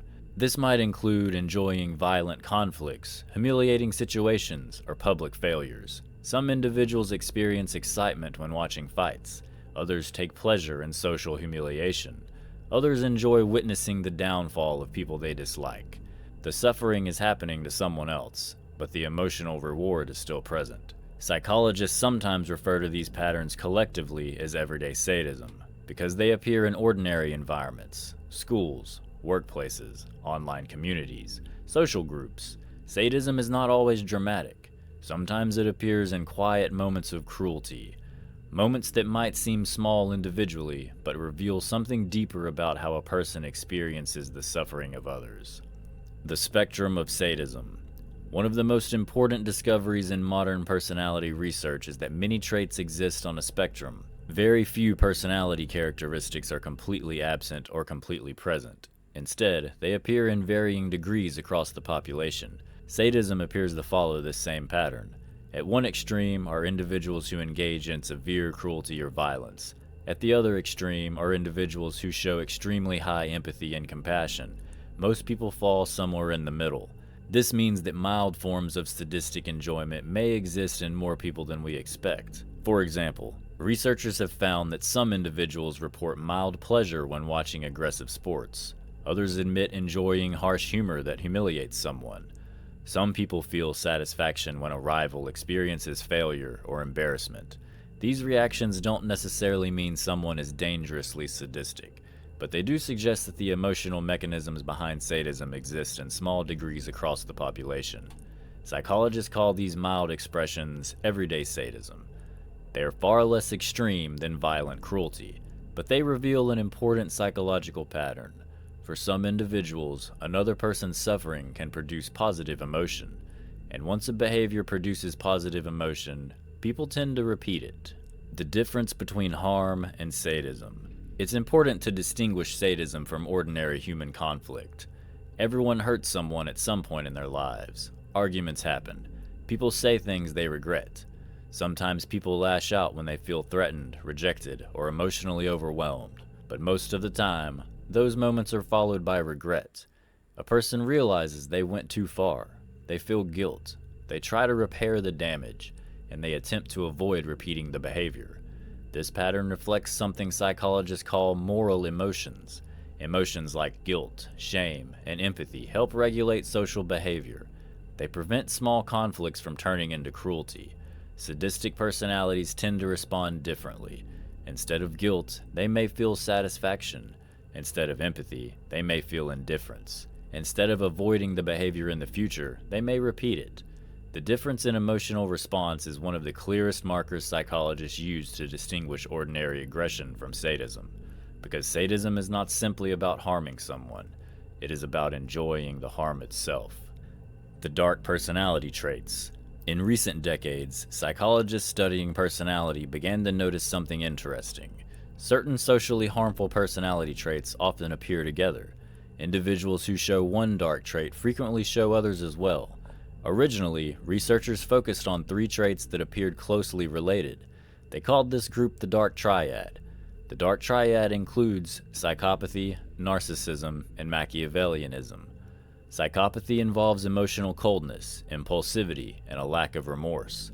Narcissism involves an inflated sense of importance and a strong need for admiration. Machiavellianism involves manipulation, deception, and strategic exploitation of others. These 3 traits share something important. They all involve a willingness to exploit other people. But researchers eventually noticed that another trait often appeared alongside them: sadism. Unlike the other 3 traits, sadism involves something more specific: enjoyment of cruelty. Because of this discovery, psychologists began referring to a broader personality structure called the Dark Tetrad. The Dark Tetrad includes psychopathy, narcissism, Machiavellianism, and sadism. While these traits overlap in some ways, sadism adds a distinct dimension. A narcissistic person might hurt someone to protect their ego. A Machiavellian person might hurt someone to gain power. A psychopath might hurt someone without caring about the consequences. But a sadistic person might hurt someone simply because the suffering itself is rewarding. This distinction is what makes sadism particularly fascinating and disturbing from a psychological perspective. Why psychologists became interested in sadism again. For many years, sadism was not widely studied as a personality trait. Part of the reason involves a controversial moment in the history of psychiatric diagnosis. In 1987, a condition known as sadistic personality disorder was briefly included in the Diagnostic and Statistical Manual of Mental Disorders. The DSM is the diagnostic handbook used by mental health professionals. However, the diagnosis did not remain there for long. When the next edition of the DSM was published, the disorder was removed. Researchers concluded that sadistic traits overlapped heavily with other personality disorders, particularly antisocial personality disorder. Because of this overlap, the diagnosis was considered unnecessary. For a time, this decision slowed research on sadism. But interest eventually returned for a different reason. Psychologists studying personality traits began to notice consistent patterns linking sadism with other dark traits. In particular, individuals high in sadism often showed strong connections with psychopathy and narcissism. This discovery led researchers to re-examine sadism not as a clinical disorder, but as a personality trait that exists in varying degrees. Once researchers began studying sadism this way, new questions emerged. How common are sadistic tendencies? What kind of behaviors reveal them? And why do some people experience pleasure when others suffer? A difficult question. One of the most uncomfortable discoveries in modern personality research is that sadistic tendencies may not be as rare as people assume. Studies measuring everyday sadism suggest that small degrees of the trait appear in a noticeable portion of the population. The exact numbers vary depending on how researchers define the behavior, but the pattern is consistent. Some individuals are far more comfortable with cruelty than others. Some individuals are more likely to enjoy humiliating someone. Some individuals are more likely to watch suffering without feeling empathy, and some individuals actively seek opportunities to create that suffering, which raises an unsettling possibility. Sadism is not limited to criminals or extreme personalities. In milder forms, it may appear in ordinary environments, workplaces, schools, social groups, online communities. And because sadistic behavior often hides behind humor, authority, or social dynamics, it can be difficult to recognize. But psychologists have identified several patterns that reveal when sadistic tendencies are present. And once you understand those patterns, you begin to notice them in places you may never expected. And that's what we'll explore next. Because sadism rarely looks like the villains in the movies. In real life, it often appears in everyday behavior. Part 2. Recognizing sadistic behavior in everyday life. In the first part of this video, we explored what sadism actually is and how psychologists define it. But understanding the definition only raises another question. How do you recognize sadistic tendencies in real life? Because most sadistic individuals do not resemble the extreme villains portrayed in movies. In reality, sadism often appears in subtle behaviors that can easily be dismissed as personality quirks, harsh humor, or ordinary conflict. Psychologists who study personality traits have identified several patterns that frequently appear in individuals with sadistic tendencies. These behaviors are often small on their own, but when they occur repeatedly, they can reveal a deeper psychological pattern. One of the clearest indicators is a lack of empathy towards the suffering of others. Most people instinctively react when they see someone else experiencing pain. If someone is embarrassed in front of a group, we tend to feel uncomfortable. If someone is struggling, many people feel a natural urge to help.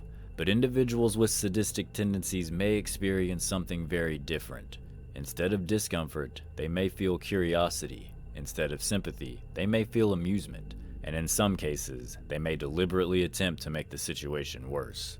Another important trait associated with sadism is a lack of guilt. Most people feel some degree of remorse when they realize they have hurt someone.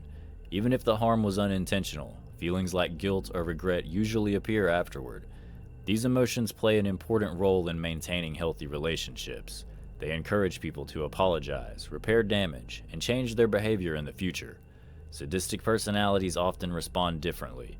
Instead of feeling remorse, they may feel satisfaction. Instead of apologizing, they may deny responsibility or blame the victim. And instead of changing their behavior, they may repeat it. Over time, this pattern can become deeply ingrained. Another common sign of sadistic tendencies is cruel humor. Humor is a normal and healthy part of social interaction. Playful teasing can strengthen bonds between friends, but there is a difference between playful teasing and humiliation. Individuals with sadistic traits often enjoy making others the target of harsh jokes. They may mock someone's appearance, intelligence, or personal struggles. What makes this behavior particularly revealing is the reaction they show when the target becomes uncomfortable. Most people instinctively stop when they realize someone has been hurt. Sadistic personalities often continue. The discomfort itself becomes part of the entertainment. Psychologists have also observed that sadistic individuals frequently engage in social humiliation or bullying. This can occur in many different environments. In schools, it may involve isolating a student, spreading rumors, or publicly embarrassing someone. In workplaces, it may involve undermining a coworker, assigning impossible tasks, or taking pleasure in watching someone fail. In social groups, it may involve turning someone into a scapegoat for entertainment. These behaviors are often disguised as jokes, discipline, or group dynamics, but the emotional motivation behind them can reveal a deeper pattern. Another behavior sometimes associated with sadistic tendencies is victim blaming. When someone experiences misfortune or suffering, sadistic individuals may quickly conclude that the person deserved it. This mindset allows them to justify their enjoyment of the situation. If the person is seen as deserving punishment, then the suffering becomes acceptable, or even satisfying. Victim blaming also serves another psychological purpose. It protects the individual from feeling empathy. By redefining the victim as responsible for their own suffering, the sadistic observer can continue enjoying the situation without experiencing guilt. Sadistic tendencies can also appear in a fascination with violence or destruction. Some individuals show an unusually strong interest in violent conflicts, cruelty, or humiliation. This does not necessarily mean they will act violently themselves, but the emotional reaction they display can be revealing. While many people feel uneasy watching real suffering, sadistic personalities may show excitement or enjoyment. Psychologists sometimes describe this as vicarious sadism. Instead of directly causing harm, the individual derives pleasure simply from observing it. Interestingly, research suggests that people with higher sadistic traits may actively seek situations where they can experience this kind of pleasure. They may gravitate towards aggressive entertainment, humiliating social dynamics, or situations where someone is likely to fail publicly. But perhaps one of the most important patterns researchers have identified involves power and control. Sadistic behavior often occurs in situations where one person has authority over another. This authority can be formal or informal. For example, a manager might take pleasure in humiliating employees in front of coworkers. A teacher might excessively punish or shame students. A group leader might encourage others to target a specific individual. Even in social groups, sadistic personalities often target individuals who are isolated or perceived as weak. This pattern is not accidental. Power reduces the risk of consequences. It also increases the intensity of the suffering the sadist can create. For someone who derives pleasure from cruelty, this dynamic can be especially rewarding. Psychologists have also discovered that sadistic individuals sometimes enjoy setting people up to fail. This behavior can appear in many different forms. Someone might give a coworker instructions that are deliberately unclear. They might assign a task that cannot realistically be completed. They might withhold important information until it's too late. When the target inevitably fails, the sadistic individual gains two rewards. First, they experience the satisfaction of seeing someone suffer.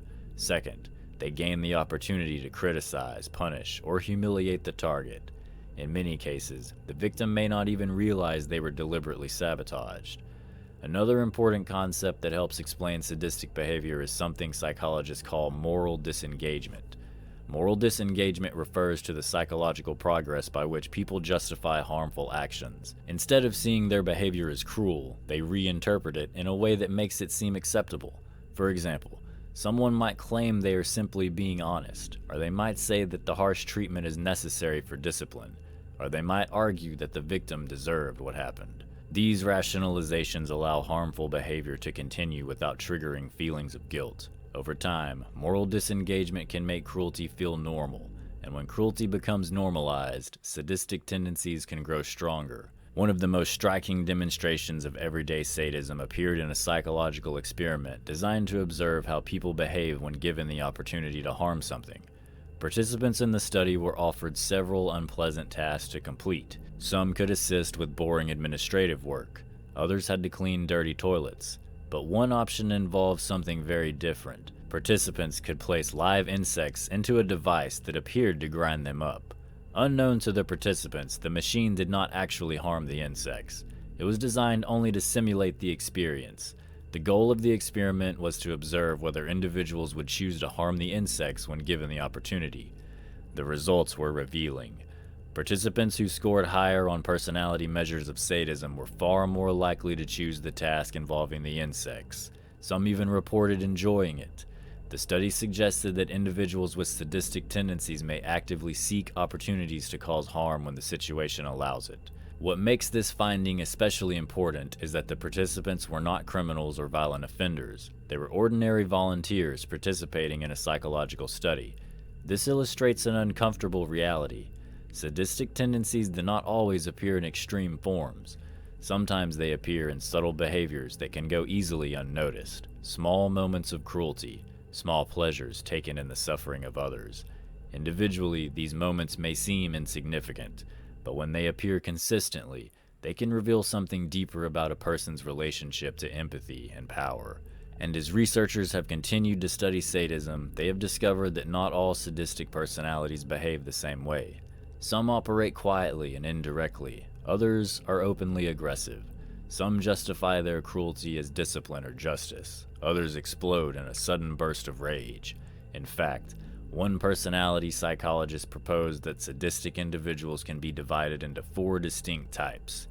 Each type expresses a cruelty in a different way, and understanding these differences can help explain why sadistic behavior appears so varied across different individuals.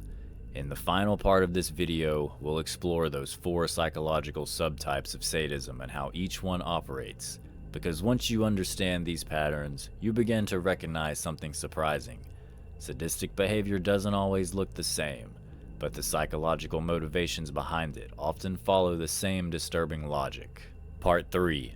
The 4 types of sadistic personalities.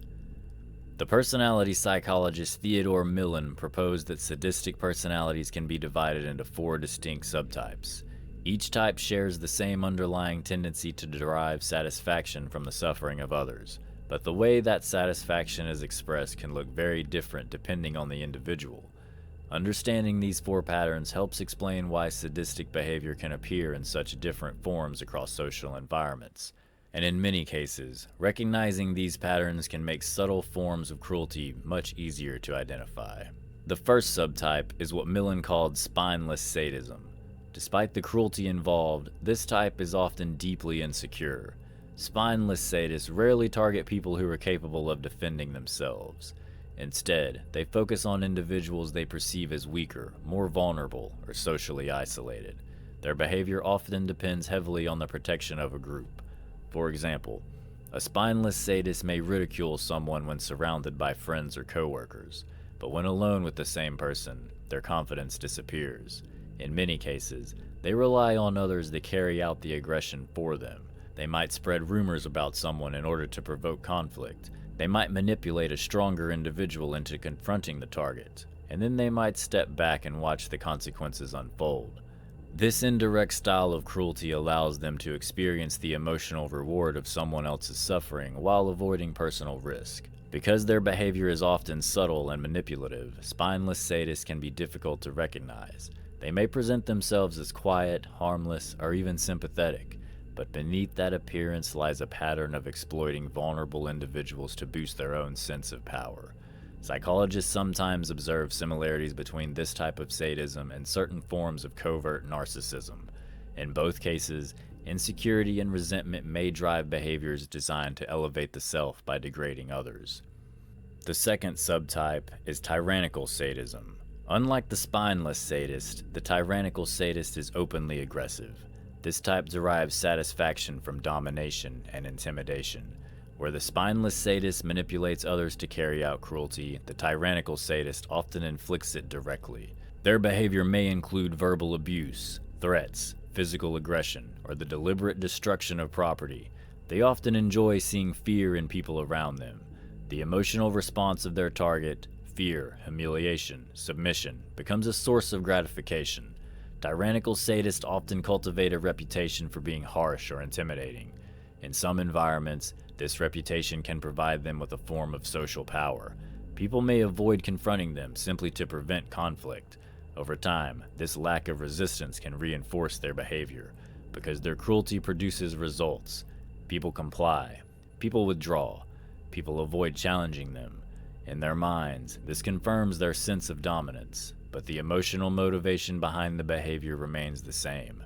The suffering of others becomes a form of psychological reward. The third subtype is enforcing sadism. This type can be particularly difficult to identify because the cruelty is often disguised as justice or discipline. Enforcing sadists believe their harsh treatment of others is justified. They may see themselves as defenders of rules, morality, or social order. Because of this mindset, they are often drawn to positions of authority. They may become supervisors, managers, teachers, or other figures responsible for enforcing rules. But instead of applying authority fairly, they may use it as an opportunity to dominate and humiliate others. Punishment becomes excessive, criticism becomes personal. Minor mistakes are treated as serious offenses, and the emotional distress of the person being punished becomes part of the satisfaction. What makes enforcing sadism especially complex is the role of moral justification. Because the behavior is framed as discipline, it can be difficult for others to recognize the underlying motivation. The sadistic individual may claim they are simply maintaining standards, or they may argue that harsh treatment is necessary to teach a lesson. But the intensity of the punishment often reveals something deeper. Instead of correcting behavior, the goal becomes humiliating the target. In some cases, enforcing sadism can even appear in larger social dynamics. People may attempt to destroy someone's reputation, career, or social standing while claiming to defend moral principles.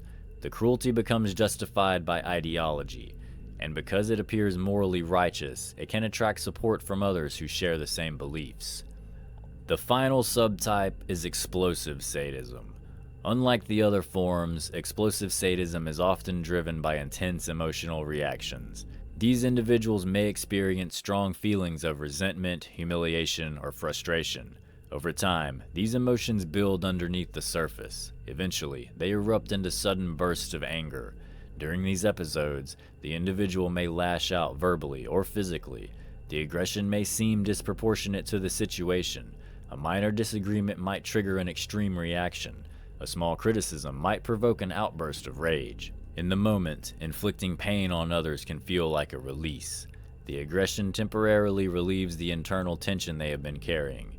Interestingly, explosive sadists may sometimes feel regret after the episode ends. Once the emotional storm passes, they may appear remorseful or embarrassed, but the underlying pattern often remains. Without addressing the deeper emotional issues driving their behavior, the cycle can repeat itself. Tension builds, anger explodes, someone else suffers, and the temporary relief reinforces the pattern. Why these patterns matter? Although these four types differ in their behavior, they share several important psychological characteristics. They often display reduced empathy for others, they tend to justify harmful actions, and they frequently derive emotional satisfaction from another person's suffering. But recognizing these patterns can be valuable for another reason. Sadistic behavior rarely appears suddenly. It usually develops gradually through repeated experiences where cruelty produces emotional rewards. If someone humiliates another person and receives laughter from a group, that behavior may feel reinforcing. If someone intimidates others and gains compliance, the sense of power may become addictive. Over time, these experiences can shape the way someone relates to other people. Cruelty becomes normalized, empathy becomes weaker, and the suffering of others becomes increasingly easy to ignore, or even enjoy. Understanding these psychological patterns helps explain why sadism can appear in so many different environments. In many cases, the behaviors involved are not immediately recognized as sadistic. But when cruelty becomes a source of enjoyment, the psychological dynamic changes. The goal is no longer solving a problem or resolving a disagreement. The goal becomes the suffering itself. Sadism is one of the most disturbing traits studied in personality psychology, not because it always leads to extreme violence, but because it reveals something deeper about human behavior, the possibility that, under certain conditions, suffering itself can become rewarding. Yet the existence of sadism also highlights the importance of its opposite, empathy. Empathy allows people to recognize the pain of others as meaningful. It encourages compassion instead of cruelty, and it creates the social bonds that make cooperation and trust possible. Without empathy, relationships become transactional, power replaces understanding, and cruelty can become easy. Modern psychology continues to study sadism in order to better understand why these patterns develop and how they influence social behavior, because recognizing harmful patterns is often the first step towards preventing them, and understanding the darker aspects of human nature can help us better appreciate the qualities that allow societies to function: compassion, responsibility, and the simple ability to care about the well-being of others. The Dark Tetrad isn't just a theory, it's a pattern. And once you see how these traits connect, you start to recognize something uncomfortable. These people aren't always obvious. They can be charismatic, successful, even likable, which means the real question isn't just who are these people, it's how many of them have you already met? Knowledge doesn't protect you, awareness does. If this opened your eyes even a little, press like so it reaches others who need to see it. Comment your thoughts, I read them. And subscribe if you want to keep exploring the hidden mechanics of influence, control, and human behavior. We're just getting started.